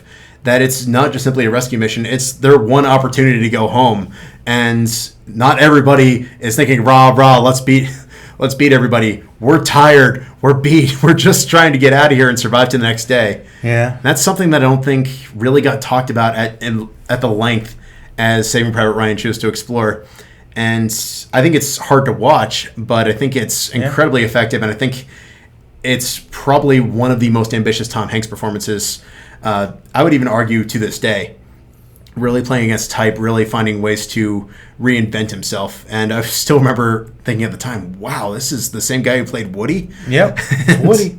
Just outstanding all around. Just did things that still resonate with me to this day. And no, not just because Tom Hanks played a character named Captain Miller. But that's a hard-hitting movie, man, but very powerful, visceral, for sure. Number 25. George A. Romero's Dawn of the Dead, otherwise known as the movie I gave Joe crap about because... Yeah, I was like, man, you never saw Dawn of the Dead, and then I did. You like nerdy stuff, and this is the thing that you miss? It happens, man, but I corrected it. I saw Dawn of the Dead and Day of the Dead. Yeah, no, that's fair. You got to watch Land. I think Land doesn't get enough credit. Is that the one with the Hatfield and McCoy feud thing, or am I thinking of another one? That's not Diary. There's a couple more. I was going to say... Is that the one on the island? No, that's probably Survival. Land of the Dead is kind of like they're on the road and they're searching for. There's like this one kind of like safe spot, and they're like miles and miles away from it. Okay. And they're desperately trying to find a way to get there. But I guess you like Dawn of the Dead mostly because you like the mall, hanging out. Well, Dawn of the Dead just really showed, I would argue, how far a zombie story can go. It's not only a biting commentary about consumerism, but it's also just it does a really good job of what a lot of sequels kind of struggle with, like how do we expand the mythology but also make this story stand on its own. Mm-hmm. So if this was the only one you saw, could you still keep up with it? And obviously the one thing I really appreciate about George A. Romero's style is he wasn't afraid to just say, hey, don't worry if you saw the original movie, here's how things have changed, here's how this story kind of built up, and here's how things have changed.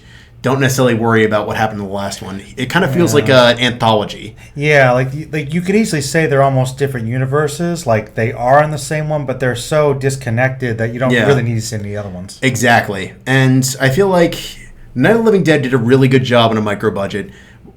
And don't get me wrong, it's a great movie. Absolutely adore it. But Dawn of the Dead does a great job in its own of sort of asking, okay, where do we go from here? How have things changed? How is the public responding to this? Not well at all. And where do we kind of go from here? And finds unique ways to sort of show how things kind of fall apart, how it's kind of in some ways our own fault, and kind of look at society's own sort of hubris in that regard, especially in terms of the consumerism commentary aspect of the story. Mm-hmm. But I love that it's not afraid to sort of explore that before racing off into the gore. And I really do appreciate that. I think it does some unique things, and it also adds layers that you wouldn't have expected. It throws a lot of curveballs, and I appreciate that. I think it's ambitious in that regard, and I think that's why when people are like, oh yeah, we're entering the era of social horror. Oh no, social horror has always been here. You just haven't noticed it. By the way, I do appreciate that you put in that it was a biting commentary. Funny. And also, I do want to ask, though, before we move on, do you have a version of the movie you prefer the most? You know, I've only ever seen the original. Okay. I've not seen the expanded versions. I know there's some that are longer. I know there's one where they changed the soundtrack. I've been meaning to track them down. The problem is they cost a fortune. Well, check out the super long cut, because that's the one I watched, which I thought was pretty good. I'd be curious to see what you think. It was Like 2.5 hours? Or? Yeah, it was like two. It was really long. 2.5, 2:40. Oh my gosh, yeah. It was really long. Oh man, okay. Yeah, no, I've been meaning to. It's just been a matter of like trying to find a way to do so. But that'll probably come at a time. I feel like the George A. Romero movies are ones that I always feel like I need to come back to after a couple of years, just to sort of see how my opinions have changed, if there's things I haven't noticed. Because he was always trying to throw in new things, and that's kind of why I've always appreciated him as a director. Is he wasn't always racing off to like show you the next gory image. He did do that, but he was always trying for the most part to like throw a point in there, and I appreciated that. It really made you think that okay, these movies can be more than just a gore fest. Sure. And I feel like that's why the horror genre is often kind of like kicked to the curb as like, oh yeah, it's just shock for shock's sake. No, some are actually going to a whole different perspective. Oh yeah, absolutely. Yeah. Number 24 is A Clockwork Orange. Oh. So Kubrick had to make it on the list somewhere. And Clockwork Orange is definitely in a league all its own. I think it's probably the most Kubrick movie he's ever made. The most Kubrick to ever Kubrick? Quite possibly. Makes you drink milk, right? You yeah. Your calcium, yeah. I think this just does a really good job of introducing something that is shocking and absurd and outrageous, and also challenging the idea of why are we so invested in this? Why are we drawn to this? And it raises a lot of deeper questions, and it makes you really think about, okay, what is the nature of violence in society? Why do we respond the way that we do? Why does it give us such a rush versus why does it shock us eventually?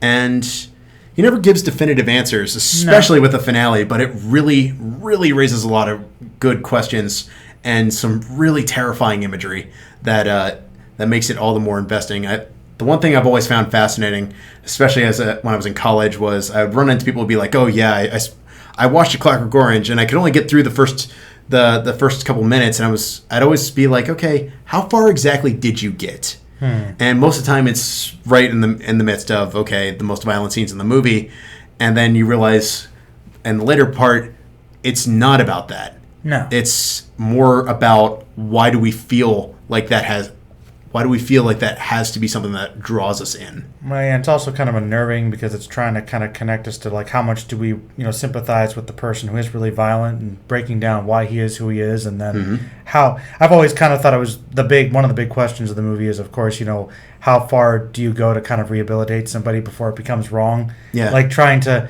essentially undo the evil, but by doing evil itself, does it really make it better? Yeah, do two wrongs make it right and all that jazz. And they kind of have that dark, ending where I guess they sort of implied, I guess it kind of can, but not really. Like, did it not? It's honestly hard to say. But I love the idea of that, and I think it's such a really thorough exploration, and it doesn't try to sugarcoat the answer. No. I think, if anything, it makes it even more complex. Number 23 is a movie that really, really struck home with me the second I watched it, and I would love to see people do more with this in the present day. Not to say that it shows its age, but hey, when your movie is several decades old, it's only a matter of time. But that is Fritz Lang's M. When people say Fritz Lang, a lot of times they'll throw around Metropolis, and don't get me wrong, I think Metropolis is a great movie. I wish we could get the really, really, really long cut. Unfortunately, I think that's lost to the ages. But M just poses a really interesting question, and that is, what would happen if the absolute darkest people on the planet, the true scum of the earth, teamed up with the locals to take down somebody that is an absolute menace? And I think it does a really good job of not only being a revenge story, but also really deep commentary on just the role of ethics. Were we right to do this? When does this become vigilantism or a mob mentality? And I think it does a really good job of keeping a noir feel, but also really making you pay attention to the small details. The writing on someone's hand, the small whistling tune that plays in the background, and how do we establish when something goes too far? And it never gives, and much like A Clockwork Orange, it never really gives a definitive answer as to who is in the right, who is in the wrong. Should we trust the system? Should we not? I think that kind of rings true to today. Where do we draw the line? And I love what Fritz Lang does also bring back an earlier theme that we were discussing. Just the idea of motion, the idea of really playing off of the elements. What are you seeing? What are you hearing? What are you not seeing? And that adds a whole new layer of suspense and a whole new layer of just thinking about how people do things and how do we respond to things in the way that we do. Is it right to just immediately take action, or is it more important to take our time and really think about what are the repercussions of doing what we do? And I think there's just so much that could be brought to that in the here and now. I think M is an incredibly timely movie, and I think in the digital age it goes even a step further. That's one I still need to check out. I've noticed that seems to be a recurring thing on your list is ethics. It's definitely something you consider a lot. I think it's one of those things that you just come back to, and you really, I think the worst thing you can do when you get done with a movie and the credits roll is find yourself just saying, okay, I saw a movie. No, I want to talk about it. I want to think about it. I want to like have weeks later and like one random image comes to me or this great moment with a character. And M does that. There's so many different moments that just sort of grab you, and even the final lines of the movie just make you really question, okay, was revenge the right answer here? And what does that mean? How do we take that going forward? Is this saying that we were in the wrong, or is it just making us doubt ourselves? And what do we do with that when we hear it? Is it a spoiler if I ask why it's called M? Kind of. Okay. It happens. The M scene happens later on, but I've always wondered that. Yeah. All right. Well, then keep it. It gets answered. All right. I'll have to find out one day. Definitely recommend. Yeah. Number 22.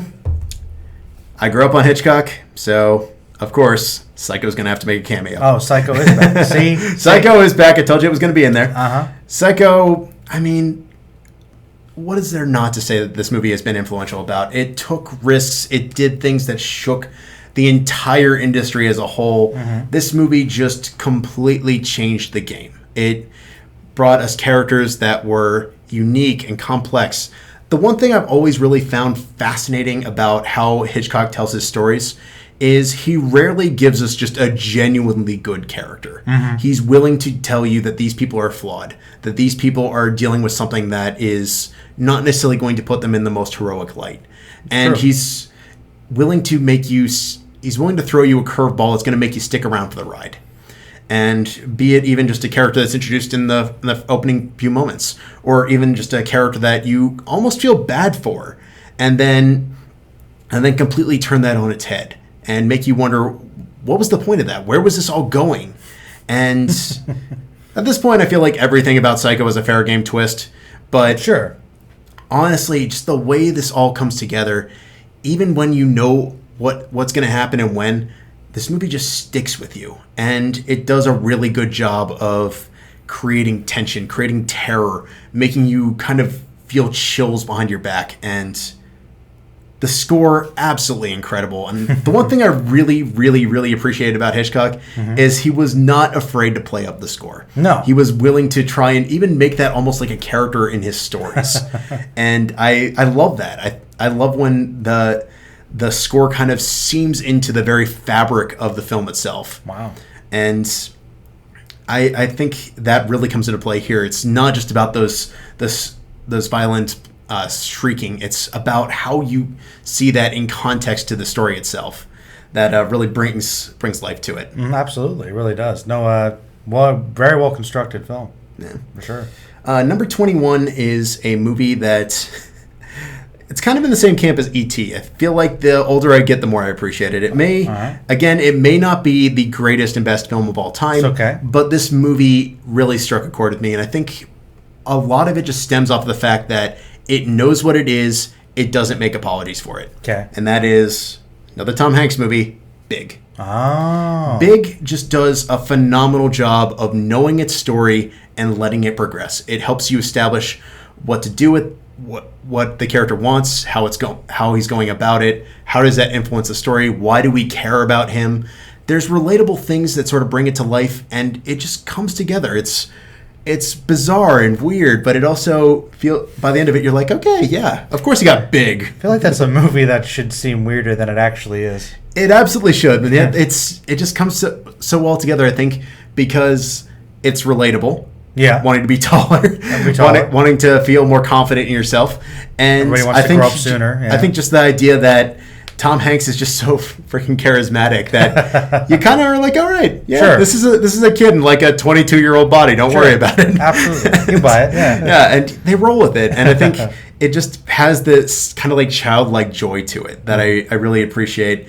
It finds a way to sort of go through its story. You can see how the pieces fit together, why things happen the way that they do, how things change in the way that they do. The rules are established. And it respects its rules. Yeah, like it establishes that, it lets you in, and it kind of helps build trust as it goes along. Like, okay, we're gonna place all our stock on this one little machine that's somehow got the ability to do this. Sure. You just got to roll with it. Magic. And you know what? I'm in. I'm 100% in. Do you have a favorite scene? It might be a cliche, but is it the piano? The piano scene is fantastic. I've always wanted to jump on one of those things. Abso-freaking-lutely. Yeah, don't know what they are if they're still around.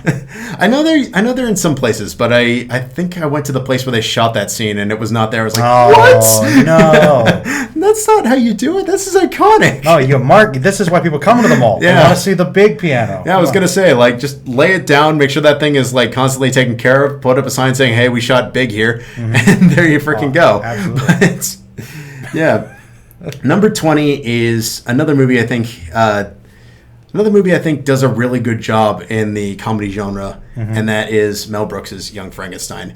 The one thing I really admire about this movie is that it goes so far beyond just being a mere parody. It pays homage to the original with almost pinpoint accuracy, like same set pieces, the right context, the way, the mannerisms. Like, this is clearly an effective parody done by somebody who loved this movie. I feel like way too often we either get parodies that are done by people who hated the original, Vacation from the 2010s, or we get essentially pop culture references the movie in a parody format that just is barely there. Yeah. And that's a shame, because I feel like it's such a ripe genre that there can be ways that this can work. It's just we don't put enough emphasis into it. And I think the level of detail is what makes this movie shine, as well as the incredible Gene Wilder and just everybody coming together to absolutely kill some phenomenal jokes. It doesn't make any qualms about the black and white. It gives us some great atmosphere.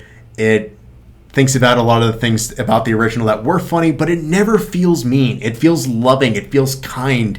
It's like, go watch this with Frankenstein. You won't be sorry. And at the same time, you appreciate it for that reason. And it just gives you a whole new level of appreciation that I think no other real comedy parody has managed to pull off successfully. I think there are some that have come close. Blazing Saddles kind of flirts with it a little bit, but I think Young Frankenstein is the one that really, really brought it home. It managed to be respectful, make it its own, and still feel like its own thing. Yeah, I think you got a good point, though. The best satires are done with people that really know the material and love it. Yeah. Like, it's never trying to say, oh, Frankenstein is a bad movie, don't watch it. It's saying, no, Frankenstein is a good movie. There's just things that we can talk about that are funny, and he's right. He's right. It might sound like sacrilege because the original is beloved, but there's all sorts of funny things out there that we don't take note of, and I think those are the moments where Mel Brooks in his prime really managed to take note of and bring it home. That's what I appreciated the most about him in it and his earlier years. Number 19 is Night of the Living Dead. I mean, George A. Romero, micro budget, and you know what? I still will never forget how much this movie made my hair stand up on end when I was getting to the finale. You keep fooling me, man. I keep thinking we're getting one per, and you got some collections here. No. Night of the Living Dead is a solid movie. I remember my dad telling me about this when I was younger. It's like, okay, it's gonna look really cheesy. Be nice to it. I'm like, no, this is unnerving, man. This freaks me out. It's not really that cheesy. I think that the black and white helps. No, and I mean there have been colorized versions to me that just feels wrong. Nah. But No, I think the atmosphere is great. I think he managed to get just the right level of performances out of people and really does some ahead of his time things. He manages to be grotesque without necessarily trying to show you everything, trying to give us a situation where we feel trapped as much as the protagonists and really making us think about, okay, what does this all mean? And kind of something that gets explored later in movies, but I would also argue nowhere near as effectively. Are the big bads as the most menacing thing in the room? And I think that really is what scares me the most about Night of the Living Dead. Dawn of the Dead definitely made me uneasy. Night of the Living Dead made me scared. Yeah, I think made Night me of the really Dead, scared. I think that's probably the scariest of the ones I saw. Absolutely. To this day, still a very good movie. Excellent. Absolutely. Yeah. Yeah. Number 18 is Charlie Chaplin's City Lights. Oh, yeah. Talked about this one on Film Fanatics too, but the one thing I really appreciate about Charlie Chaplin as both actor and filmmaker, there's a bunch of his movies that honestly you could put anywhere and I wouldn't fight you on it. If you thought Modern Times should be in your top, I wouldn't fight you on it. If you thought Gold Rush should be on there, wouldn't fight you on it. If you put Great Dictator, I mean, the final monologue speaks for itself. Sure. But for me, I really love just the overall vibe City Lights gives. It tackles some really hard-hitting themes: homelessness, trying to do right in a really you got money or you don't kind of time, and just finding humanity in these very unlikely situations. He managed to intersect humor as well as some really sharp commentary on classism. And I think so much of it works. You get invested, you get drawn in, and you really think about just how important just trying to be kind to one another really is. And I think that's something that wasn't every bit as important then as it is now. Absolutely. Even if it's just trying to do right by one person. And I think that's something that we don't think about enough. And I love that he brought attention with that, but also wasn't afraid to say, hey, we'll also try and have a good time while we explore that topic. There's a lot of energy to that one. I remember, I guess it did hit a lot of themes, but I remember it being pretty funny. It was incredibly funny. Pretty fun, yeah. Yeah, but it works as a commentary. It works as a love story. It just does a bunch of different things so well. And I love that Charlie Chaplin really was willing to explore all these things, but also keep an idea of the emphasis being really on I'm here to entertain, but I'm also not going to call you stupid. I think some of the best movies out there are movies that don't insult your intelligence, but also don't expect you to know everything. Yeah. And I think that's really what made Charlie Chaplin so effective. He was willing to explore topics that people may not have thought about, but he was also willing to challenge them and really make you think about them. And I think that's what really to his credit. And I think that's why he had the legacy that he did. I think eventually his private life caught up to him, but I think just as a filmmaker, as an actor, he managed to make it his own and really stand the test of time in terms of his overall legacy, and why there really hasn't been anyone to kind of succeed him since. No. Not even his own children. No. So the next one is a movie that really, really struck a chord for me in the time, and that is 12 Angry Men. Ah. This is a movie that really proved to me that you don't need a bunch of crazy set pieces. You don't need really big things to have tension. No. I think there was something that Mr. Rogers once said something to the effect of, I think people talking things out has so much more draw to it to me than somebody just throwing fists the entire time. May not have that quite quote correctly, so if I'm wrong, please don't come after me. I know what you mean. But no, I think this really is a testament to that statement. I think it's just a bunch of people in a room thinking about a case that seems relatively open and shut, and really challenging our own biases, our own ways that we perceive the world, and how one little detail can really change the entire structure of how something plays out, creating doubt, creating something that doesn't seem as open and shut as it might have in the first inkling, because we're not paying attention to it. But being able to ask those questions, being able to explore those ideas, and being willing to see another perspective and challenge biases really adds a whole new layer of tension.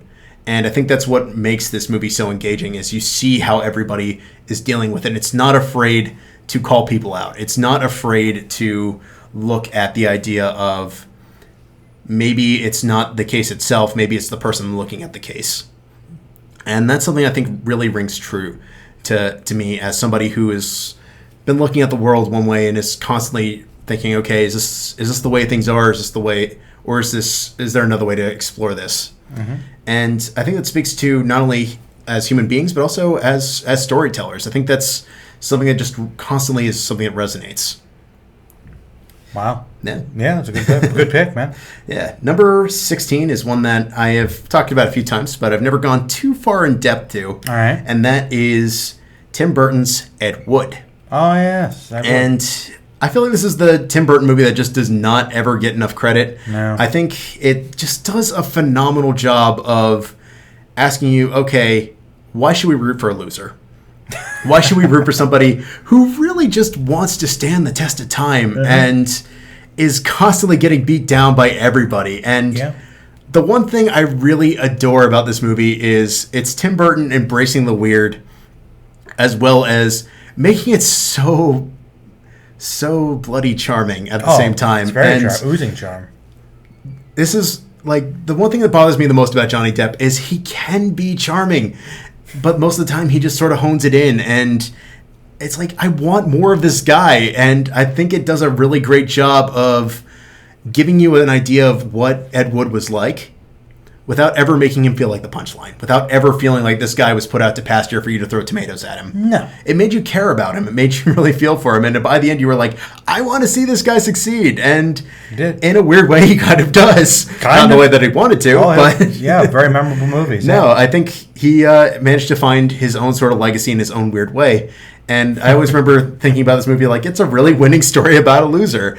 And kind of a win through a loss in a way. Exactly. And I think it's just really well told. It embraces its own bizarre feeling, and there's so many memorable moments about this, really making you think about what was it like to make movies in a period where filmmaking was just getting started. Mm-hmm. We were starting to get an idea like, okay, here are these big studios, and here are these really bizarro projects that they don't want anything to do with. So like, what do we do? It's like, who do you want? I got the script. You want to film it? Okay, here we go. Give you some funding. We'll do something. I need to fill something in the slot. Yeah. Here's this one random form of funders. So we're all going to get baptized so they can back us. Sure, we need to get our money somehow. And it just finds these like really subtle moments that absolutely pay off in really big gut-busting ways.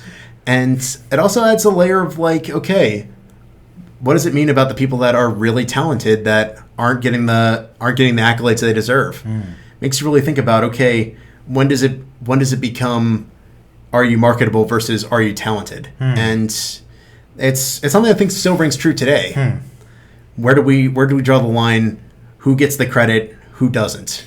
It's kind of an interesting idea. I mean, because I don't know if Ed Wood necessarily had the talent. He had the passion, but of course, if he ever had the money and the funding, maybe he could have done better stuff. What makes somebody last? And I think what the movie kind of gives a loose answer to is the fact that he was that passionate, he was that memorable, even if he wasn't necessarily the most technically proficient guy. Yes, yeah. So he was just trying to give himself a legacy, and he finds his own way, and I think that's something that definitely is relatable, but also adds a level of heart to the movie that I think was really prevalent in the early Burton movies that I kind of wish he would find his way back to. Yeah. But Ed Wood was, I think, just Burton at his finest. Number 15 is a movie that we have talked about several times. We even did a pseudo episode on it. Okay. That is Blade Runner. Blade Runner. This is a movie that, when I first saw it, I think this is like the first case in my life that I feel like I saw a movie and it wasn't until I really took a step back and thought about it that I really appreciated it for what it was. I saw it in the moment, and I had a lot of opinions about it. There were moments in it that I adored, and there were other moments that I just thought, okay, you know what, this isn't working for me.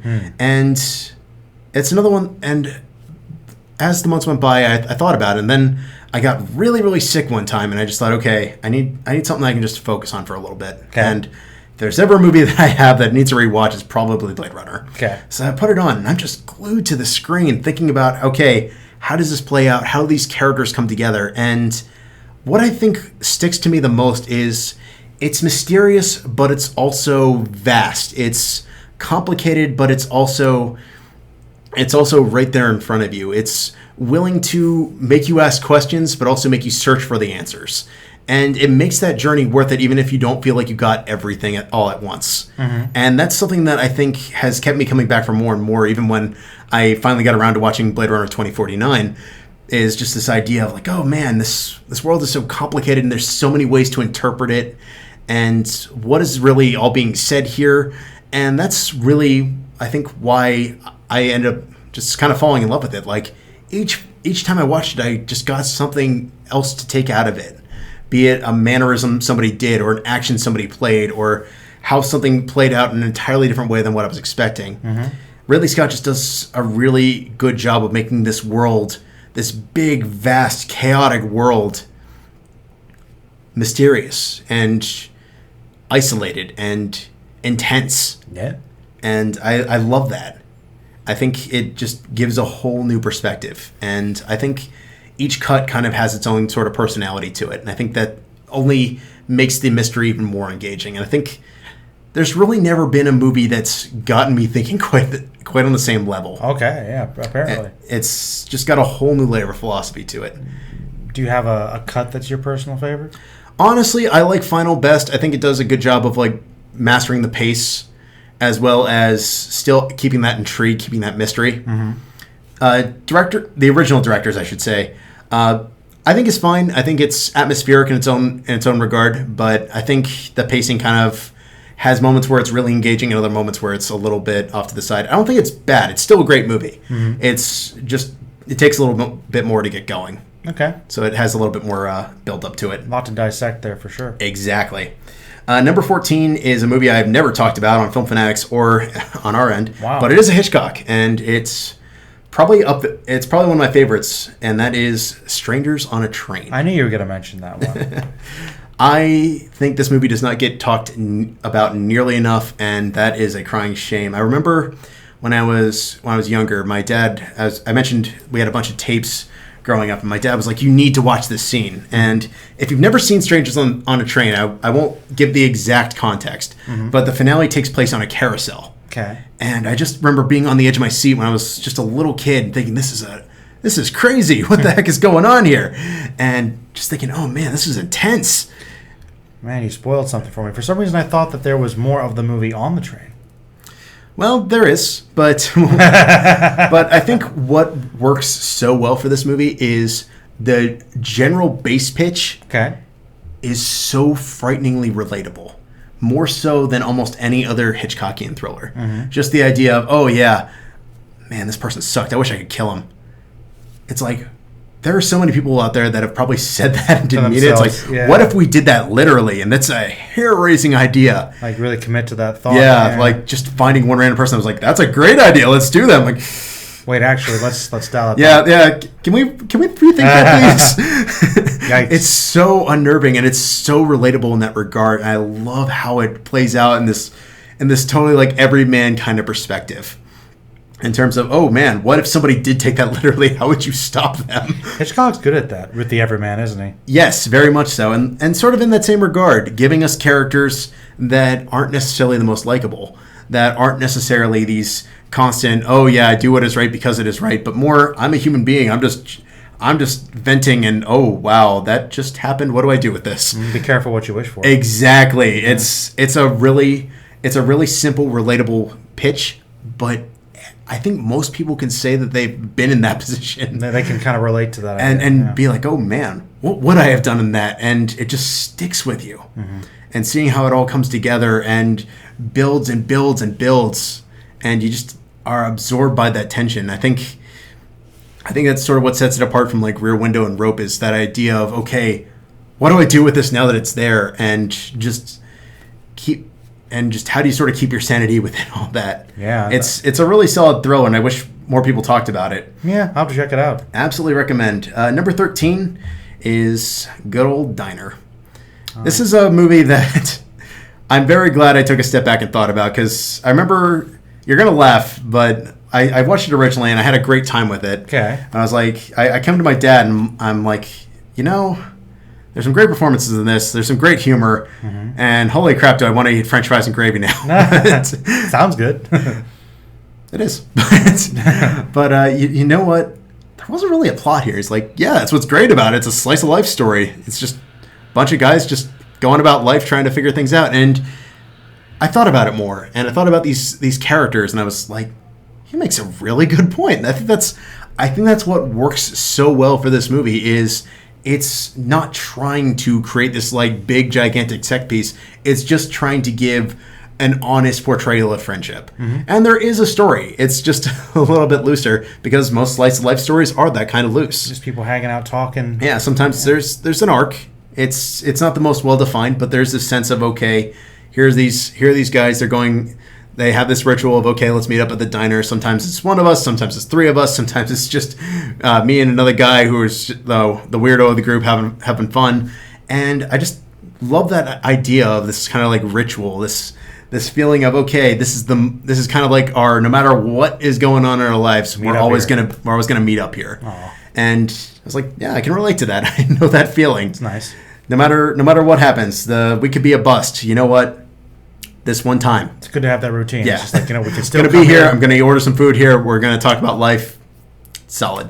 And I think it's just something that is so simple but so relatable. And I love when we can find those moments in cinema that just are so true to life, but also are great cinematic moments that just add humor and heart and authenticity to it without necessarily feeling like you need to be bombastic or try and like create some crazy hijinks. It's like the little things can have a lot of power too, and they're very human. Exactly. But speaking of not human at all, what a turn. Okay, number 12, Toy Story.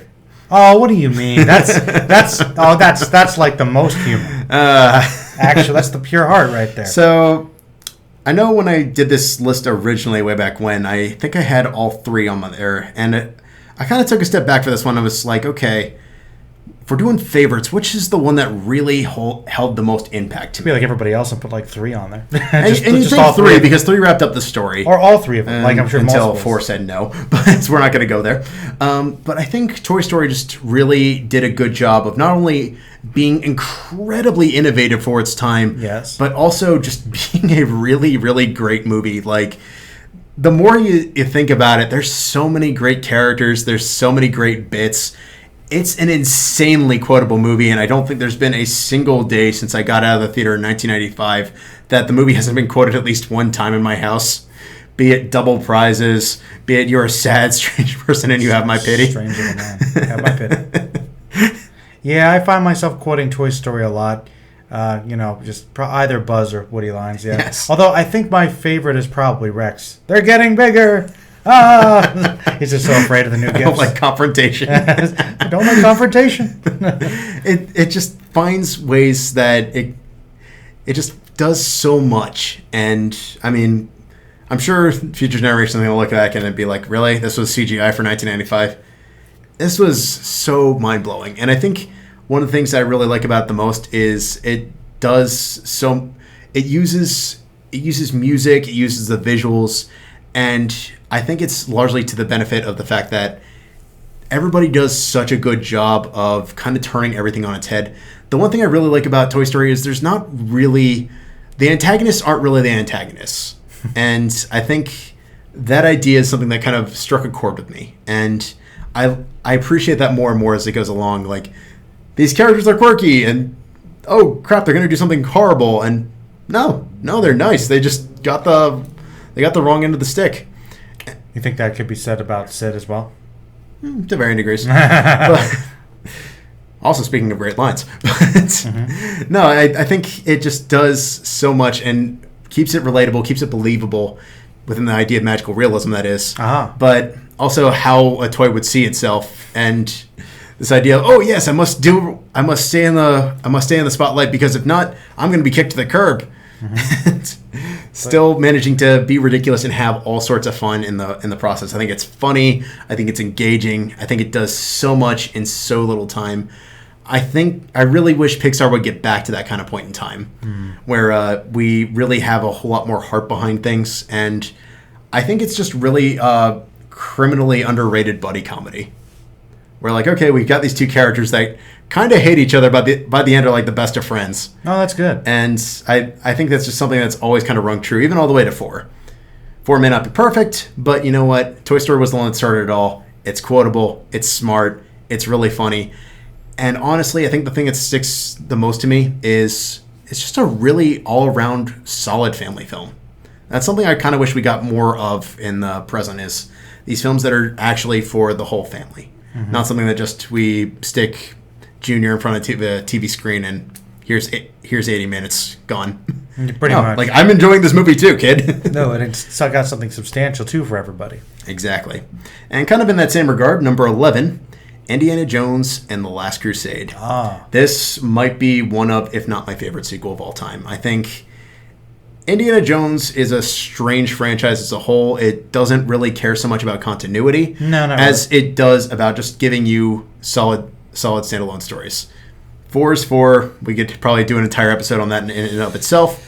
I don't think it's as bad as everyone says it is, but we're not here to talk about 4. We're here to talk about 3, which is fantastic. That's true. I love the opening sequence, and I think one of the things that works well, and this is something that I think rings true to a lot of movies, is when you kind of secretly design the movie against the genre. Indiana Jones and the Last Crusade is not set up as an adventure movie. Indiana Jones and the Last Crusade is set up like a Western. And it works. The opening set piece is fantastic. The overall way things play out is great. Sean Connery is a wonderful new addition, and I wish we had gotten another movie with him. But you know what?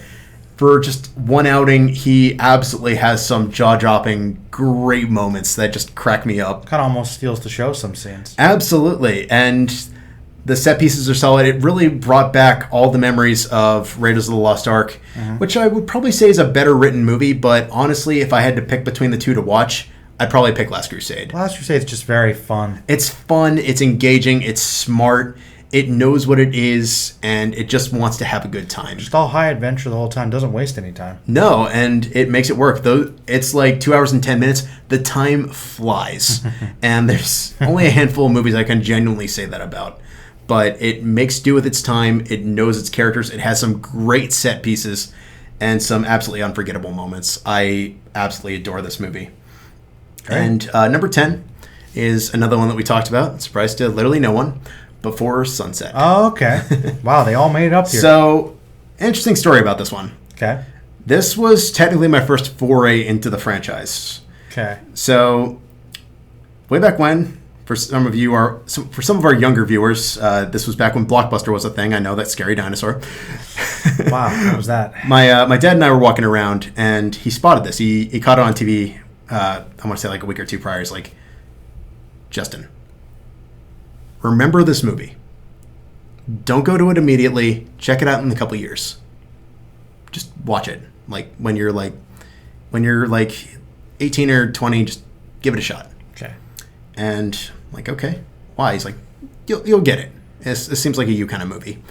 And some time passes, and I'm remembering this, and I find out that like, okay, this is actually part of a franchise. So one thing about me is I am a stickler for continuity. I know if that. I don't, I get really, really paranoid. I must be missing something. I don't get it. Yeah. Don't get me wrong. All the before movies you can watch as standalone movies, but for me, I like that feeling, and I feel like Before Sunset is more rewarding if you've seen the first movie beforehand. Well, then why did he recommend you see that one? I think because at that point that was the only one he had seen. Yeah. Okay. He was like me. He backtracked. Okay. That makes sense. Like, yeah. So I do follow his words of wisdom, and I watch it, and I like it. I think it's too short, but then we watch it for Film Fanatics, and I'm just like, this movie is fantastic. I thought it was great originally, and I thought, okay, this can be seen as a really happy ending. And a weird way I thought at the time, you know what? If this is as far as the franchise got, solid ending. Because you can see it as a happy ending. Would have been nice. You can see it as something bittersweet. Yeah. And I really appreciated that. But I love the real-time format. I like the idea that they don't try to force too many things to happen within the 80-minute time frame. They try to keep this as, okay, these are two people that had a very strong connection several years ago, finding each other for the first time in a very, very long time, and what do you do with those emotions that are kind of bubbling back up? How do you respond to that? What do you do with that? and what has changed. And you see that very much throughout the film. You kind of get a taste of that in Waking Life, also a Richard Linklater movie. But here you see how the characters have evolved. The childlike mentality is a little bit more grounded, but it's also very genuine. And I really appreciate that throughout the franchise. I like the fact that these characters felt like real people, and this really did answer the idea of, why are we back? And that is, okay, what happened if you ran into somebody that you really were head over heels with years before? And what does that mean? What does that look like? Mm-hmm. And how do you answer that idea of, okay, is there something here? Was there something here? What did that all mean? And it really adds perspective. It really adds a lot of honesty to that, an idea of hopelessness, but also hope in that same regard. It's optimistic, but also realistic. It doesn't try to force a romantic angle on the viewer. It just tries to tell a story about a romance, about a couple.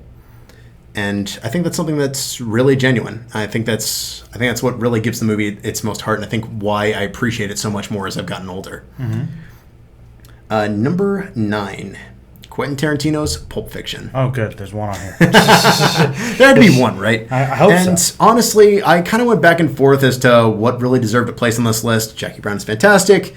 Reservoir Dogs, I feel like I need to rewatch again. I understand why people love it. It's a good one. I like it. I don't love it. But Pulp Fiction, I think, is just... It somehow works as well as it does because it breaks literally all the rules of filmmaking as we know it. It tells the story out of chronological order. Mm-hmm. It changes things that we aren't supposed to expect. It does things that we're not anticipating. It throws in curveballs that we're not ready for. And it just adds so much depth that we weren't expecting prior. And it only builds more intrigue as you start to see how the pieces fit together. It's one of those movies that almost demands a rewatch, not because you need to, but because you want to. Oh, yeah. And I've always appreciated that. I think throw in some really clever characters. The one thing that I've always kind of appreciated about Tarantino as a filmmaker is he just does a phenomenal job of crafting realistic and believable dialogue. Somehow. He just does a really good job of making you see how every character breathes and sort of comes into their own. No one character sounds the same. Well, the weird thing about it is the dialogue always seems believable and realistic, even though it seems like it shouldn't. Exactly. It's really weird. Yeah. Like it could be in a completely ridiculous scenario like the Kill Bill movies, mm-hmm. but it always feels genuine. Yeah. It always feels like this could be an authentic person in its own strange way. And I think that's sort of where Pulp Fiction gets the edge over a lot of the other Tarantino movies is it just should not work, but it does. And I think that's why it resonated with me. I remember seeing parts of it for the first time and thinking, man, this is so weird. And then just sitting down, watching it all as one cohesive whole and thinking, man, there is nothing like this movie. And it's true. It just keeps me coming back for more and more. Which kind of dovetails nicely with my number 8, Hayao Miyazaki's Spirited Away. I had to get a Miyazaki in here. Of course we did. Of course we did. When's that going to happen? So a couple years ago, we all kind of sat around and we went around the room. And we were like, okay, what's the best Miyazaki? And a lot of people said Princess Mononoke. Some of us said The Castle of Cagliostro. If I had to rank them, I think Princess Mononoke is the deepest in terms of what Miyazaki was trying to say. I think heaviest for sure. Probably the heaviest by leaps and bounds. Yeah, no doubt that. Yeah. Spirited Away is the most Miyazaki of Miyazaki. Like if somebody asked me what is a Miyazaki movie, I would hand them this and say go watch it. I do think Kiki's is probably also a good one. Kiki's is up there, and I think if I were to redo this list in 5 years, like I'm probably anticipating myself doing, mm-hmm. it'll probably end up being in this list. I could see but it. Spirited Away just does a really good job of encapsulating all the elements and just giving you a really, really solid fable. It does a great job of giving you a protagonist that is, shall we say, unlikable, and also making you appreciate her character arc, giving you reasons to see her. And the one thing that I kind of appreciate about this upon repeat viewings, we kind of talked about this off air for a little bit, is there really isn't a bad guy in Spirited Away. Like, at bare minimum, if you really think about it, the witch is kind of the bad. The witch is bad, but the more you think about it, it's like, okay, when your clientele are literal gods and people are eating their food, I can't fault you for being a little upset. A little strict, yeah. Yeah. But the one thing I like about this is even though it's incredibly surreal and fantastical, two things really resonate with me. The first is there's so much to explore in this movie. This movie basically invites you in and tells you to come in and play. And darned if every time I don't feel like I'm doing that a little bit more and more. And I'm always catching new things. Oh, I'm sure you can just pause it and find something. There's constantly details, characters that you saw for just a split second that show up all throughout the story. Symbolism that may have just been there for a moment that permeate later on in more detailed ways. But I adore the patience of this movie. The fact that it's willing to take a breather at times and encourage you to do the same. And that way, when it does kind of rev up again, you're able to appreciate it more. You're able to see how things impact. One of the things that we're constantly told in the screenwriting is it's important to have smooth transitions into something. So these segments where it's not necessarily racing off to the next big event, but rather finding moments that sort of give way to that. If it's just one big action sequence the whole time, it's really boring. It will be boring. And Spirited Away is willing to do that. Spirited Away tells you, hey, we're taking a break here, and that's okay. If we give you all excitement all the time, it's not going to be embraced nearly as much as it is. Take a breath. I like take a look at it. You're personifying almost of the movie. It sounds like a Miyazaki movie. It's so nice. It's so cuddly. It's good. And alongside that, I really love the messages of it. There's always value in hard work. There's always another way to look at things, and sometimes you just got to appreciate where you are. And if you do that, you'll see things in an entirely different perspective. And I think my personal favorite, most people are not as bad as you think they are. Yeah, it's another one about not judging people based on face value. Yeah. Exactly. And I think it just gives us a whole plethora of really interesting and complicated characters. Like the Radish Spirit. like the Radish Spirit, who... What's his deal? Yeah, what's his deal? He shows up for one scene, and then he's like... You like look around, and he's all throughout the movie later on. Yeah, like, he's all right, yeah. Just so freaking charming and cute. No, I adore this movie. I find something more to appreciate about it each time. I could totally see this ending up in my top 5 as I get a little older and wiser, but watching this in theaters way back when almost felt like a religious experience. I can believe it. It's a beautiful, beautiful film. Yeah, and it just made me fall in love with like finding movies that people are kind of like kicking to the curb and just wanting to be like, go see this. That's kind of why I appreciate this. Like I appreciate Ink. Like, go watch this movie. Even if you don't like anime, go watch this movie. Yeah. It's really unique. There's nothing else like it. It's worth it. Absolutely. Absolutely. Yeah. And my next one is a movie that I feel like I need to do more with. And that is Cinema Paradiso. Oh, yes. The elusive one. So this is a movie that when I originally did my tops, I think I only went up to 20 way back when. I had very, very top tier. And don't get me wrong. It was like number 2 or something. Yeah, right? It was probably number 2. And I still very much adore this movie. And there's a couple of reasons why I kind of kicked it down a little further. And that's because there's a couple different cuts of this movie.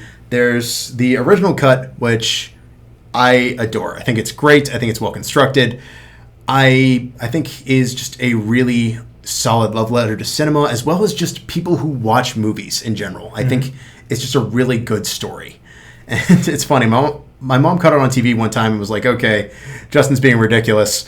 What the heck is this? And she is completely absorbed in it every bit as much as I was as a kid when I was a teenager, not a kid. But it's just a really, really charming movie that's got a lot to like about it. And then comes the director's cut. If you know anything about the extended cut of Cinema Paradiso, you will find the most polarizing reviews of it that you will ever see. And where do you fall on that camp? Without getting into spoilers, something happens that radically changes how you can see one particular character. Okay. For me personally, I haven't watched it in full yet. I get what he was going for, but I feel like I want to watch the original cut again, watch the director's cut, and kind of do a compare contrast and really decide where this movie deserves a spot as it stands as just a cohesive whole. But I really do appreciate this movie. I think it's a solid love letter to cinema, as well as just why do we get attached to movies. The idea of being in a crowd of people watching a movie just because it feels like an event. And I think that's something that it used to be the norm. You just go out and you go watch movies. And I miss that. I think that's something that we got away from. I love the idea of just being around people at a drive-in and there's a big image on the screen and you're all watching it together. The only time I can really say that I felt that in recent years was way back when Endgame came out, and it felt electric, and that's something I have not felt in an incredibly long time. Just being very connected about what you're watching. Exactly.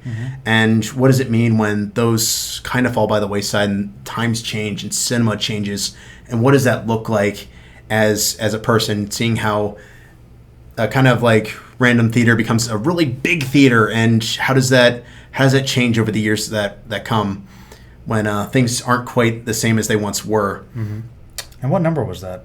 That was number 7. So there's one more. One more it is. One more for today.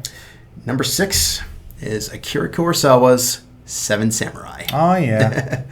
I mean, there's a whole mess of great Kurosawa movies. I'm still watching a handful of them, but Kurosawa is just an absolute masterclass in not only movement, but also the idea of you can have a happy ending, but you got to make it realistic. And the one thing I appreciate about Seven Samurai as I get older is it is willing to show you that there can be optimism in realism, but you have to look at the reality of the real world sometimes. Yeah. Not everybody is going to be your best friend. Not everything is going to go as swimmingly as you'd like it to be. And Kurosawa isn't afraid to look at those hardships. And I think that's what makes this movie come together, is you start seeing the unity, but you also see the struggle of maintaining that, of searching for that, and really dealing with the consequences of that, where it's not so cut and dry, where it's very complicated. And even if you do have all that, there's still going to be repercussions. But you can do a happy ending and still make it feel honest and genuine. And I think one of the best things about it is some of the best moments of the movie are not the big finale action sequences or the duels. It's just the little details that say so much about these 7 individuals that really come together for this village. Being willing to sacrifice your knot to try and break up a kidnapping, be it the way that you move to approach a battle sequence, the way that you are trying to prove your worth as a warrior, or even just as somebody who's willing to defend, and looking at how people see that and how people respond to that. It turns what could be very straightforward, one-dimensional characters into very complicated characters, and makes you say a lot in very little time. It commands you as the viewer to really look at the image and really think about what it means and more importantly, what it means to you. And how that comes together as the story goes along. How do the perspectives evolve? How does the group as a whole evolve? Wow. Yeah. And what does it mean to you? I think it means that unity is difficult, but it's not necessarily about who's in it so much as what are we fighting for. And if that maintains, it lasts. If it doesn't, it falls apart. But sometimes things are going to go south regardless of how well-intentioned you mean. Wow. Seven Samurai dethroned Cinema Paradiso. Just kicked it to the curb. Just a little bit. Just a little bit. No, wow. Well, that was quite the list, Justin. A lot of good picks in there. A couple things I haven't seen. A lot of good choices. I'll have to rewatch some of these too. Yeah, man. Well, we took care of your list here. So people, if you're listening, watching, comment on that below. And you'll be joining us for, I think, a big Zoom at some point where we get to all talk about our top 5s. Top 5 roundup. Nice. Yeah, so I hope you're ready for that. Absolutely. Should be good stuff. But in the meantime, once again, thank you for being on here. Glad to be a part of it. Good stuff, man. Thanks for sharing the list. Everybody, thank you for listening, and stay magical. Till the next time.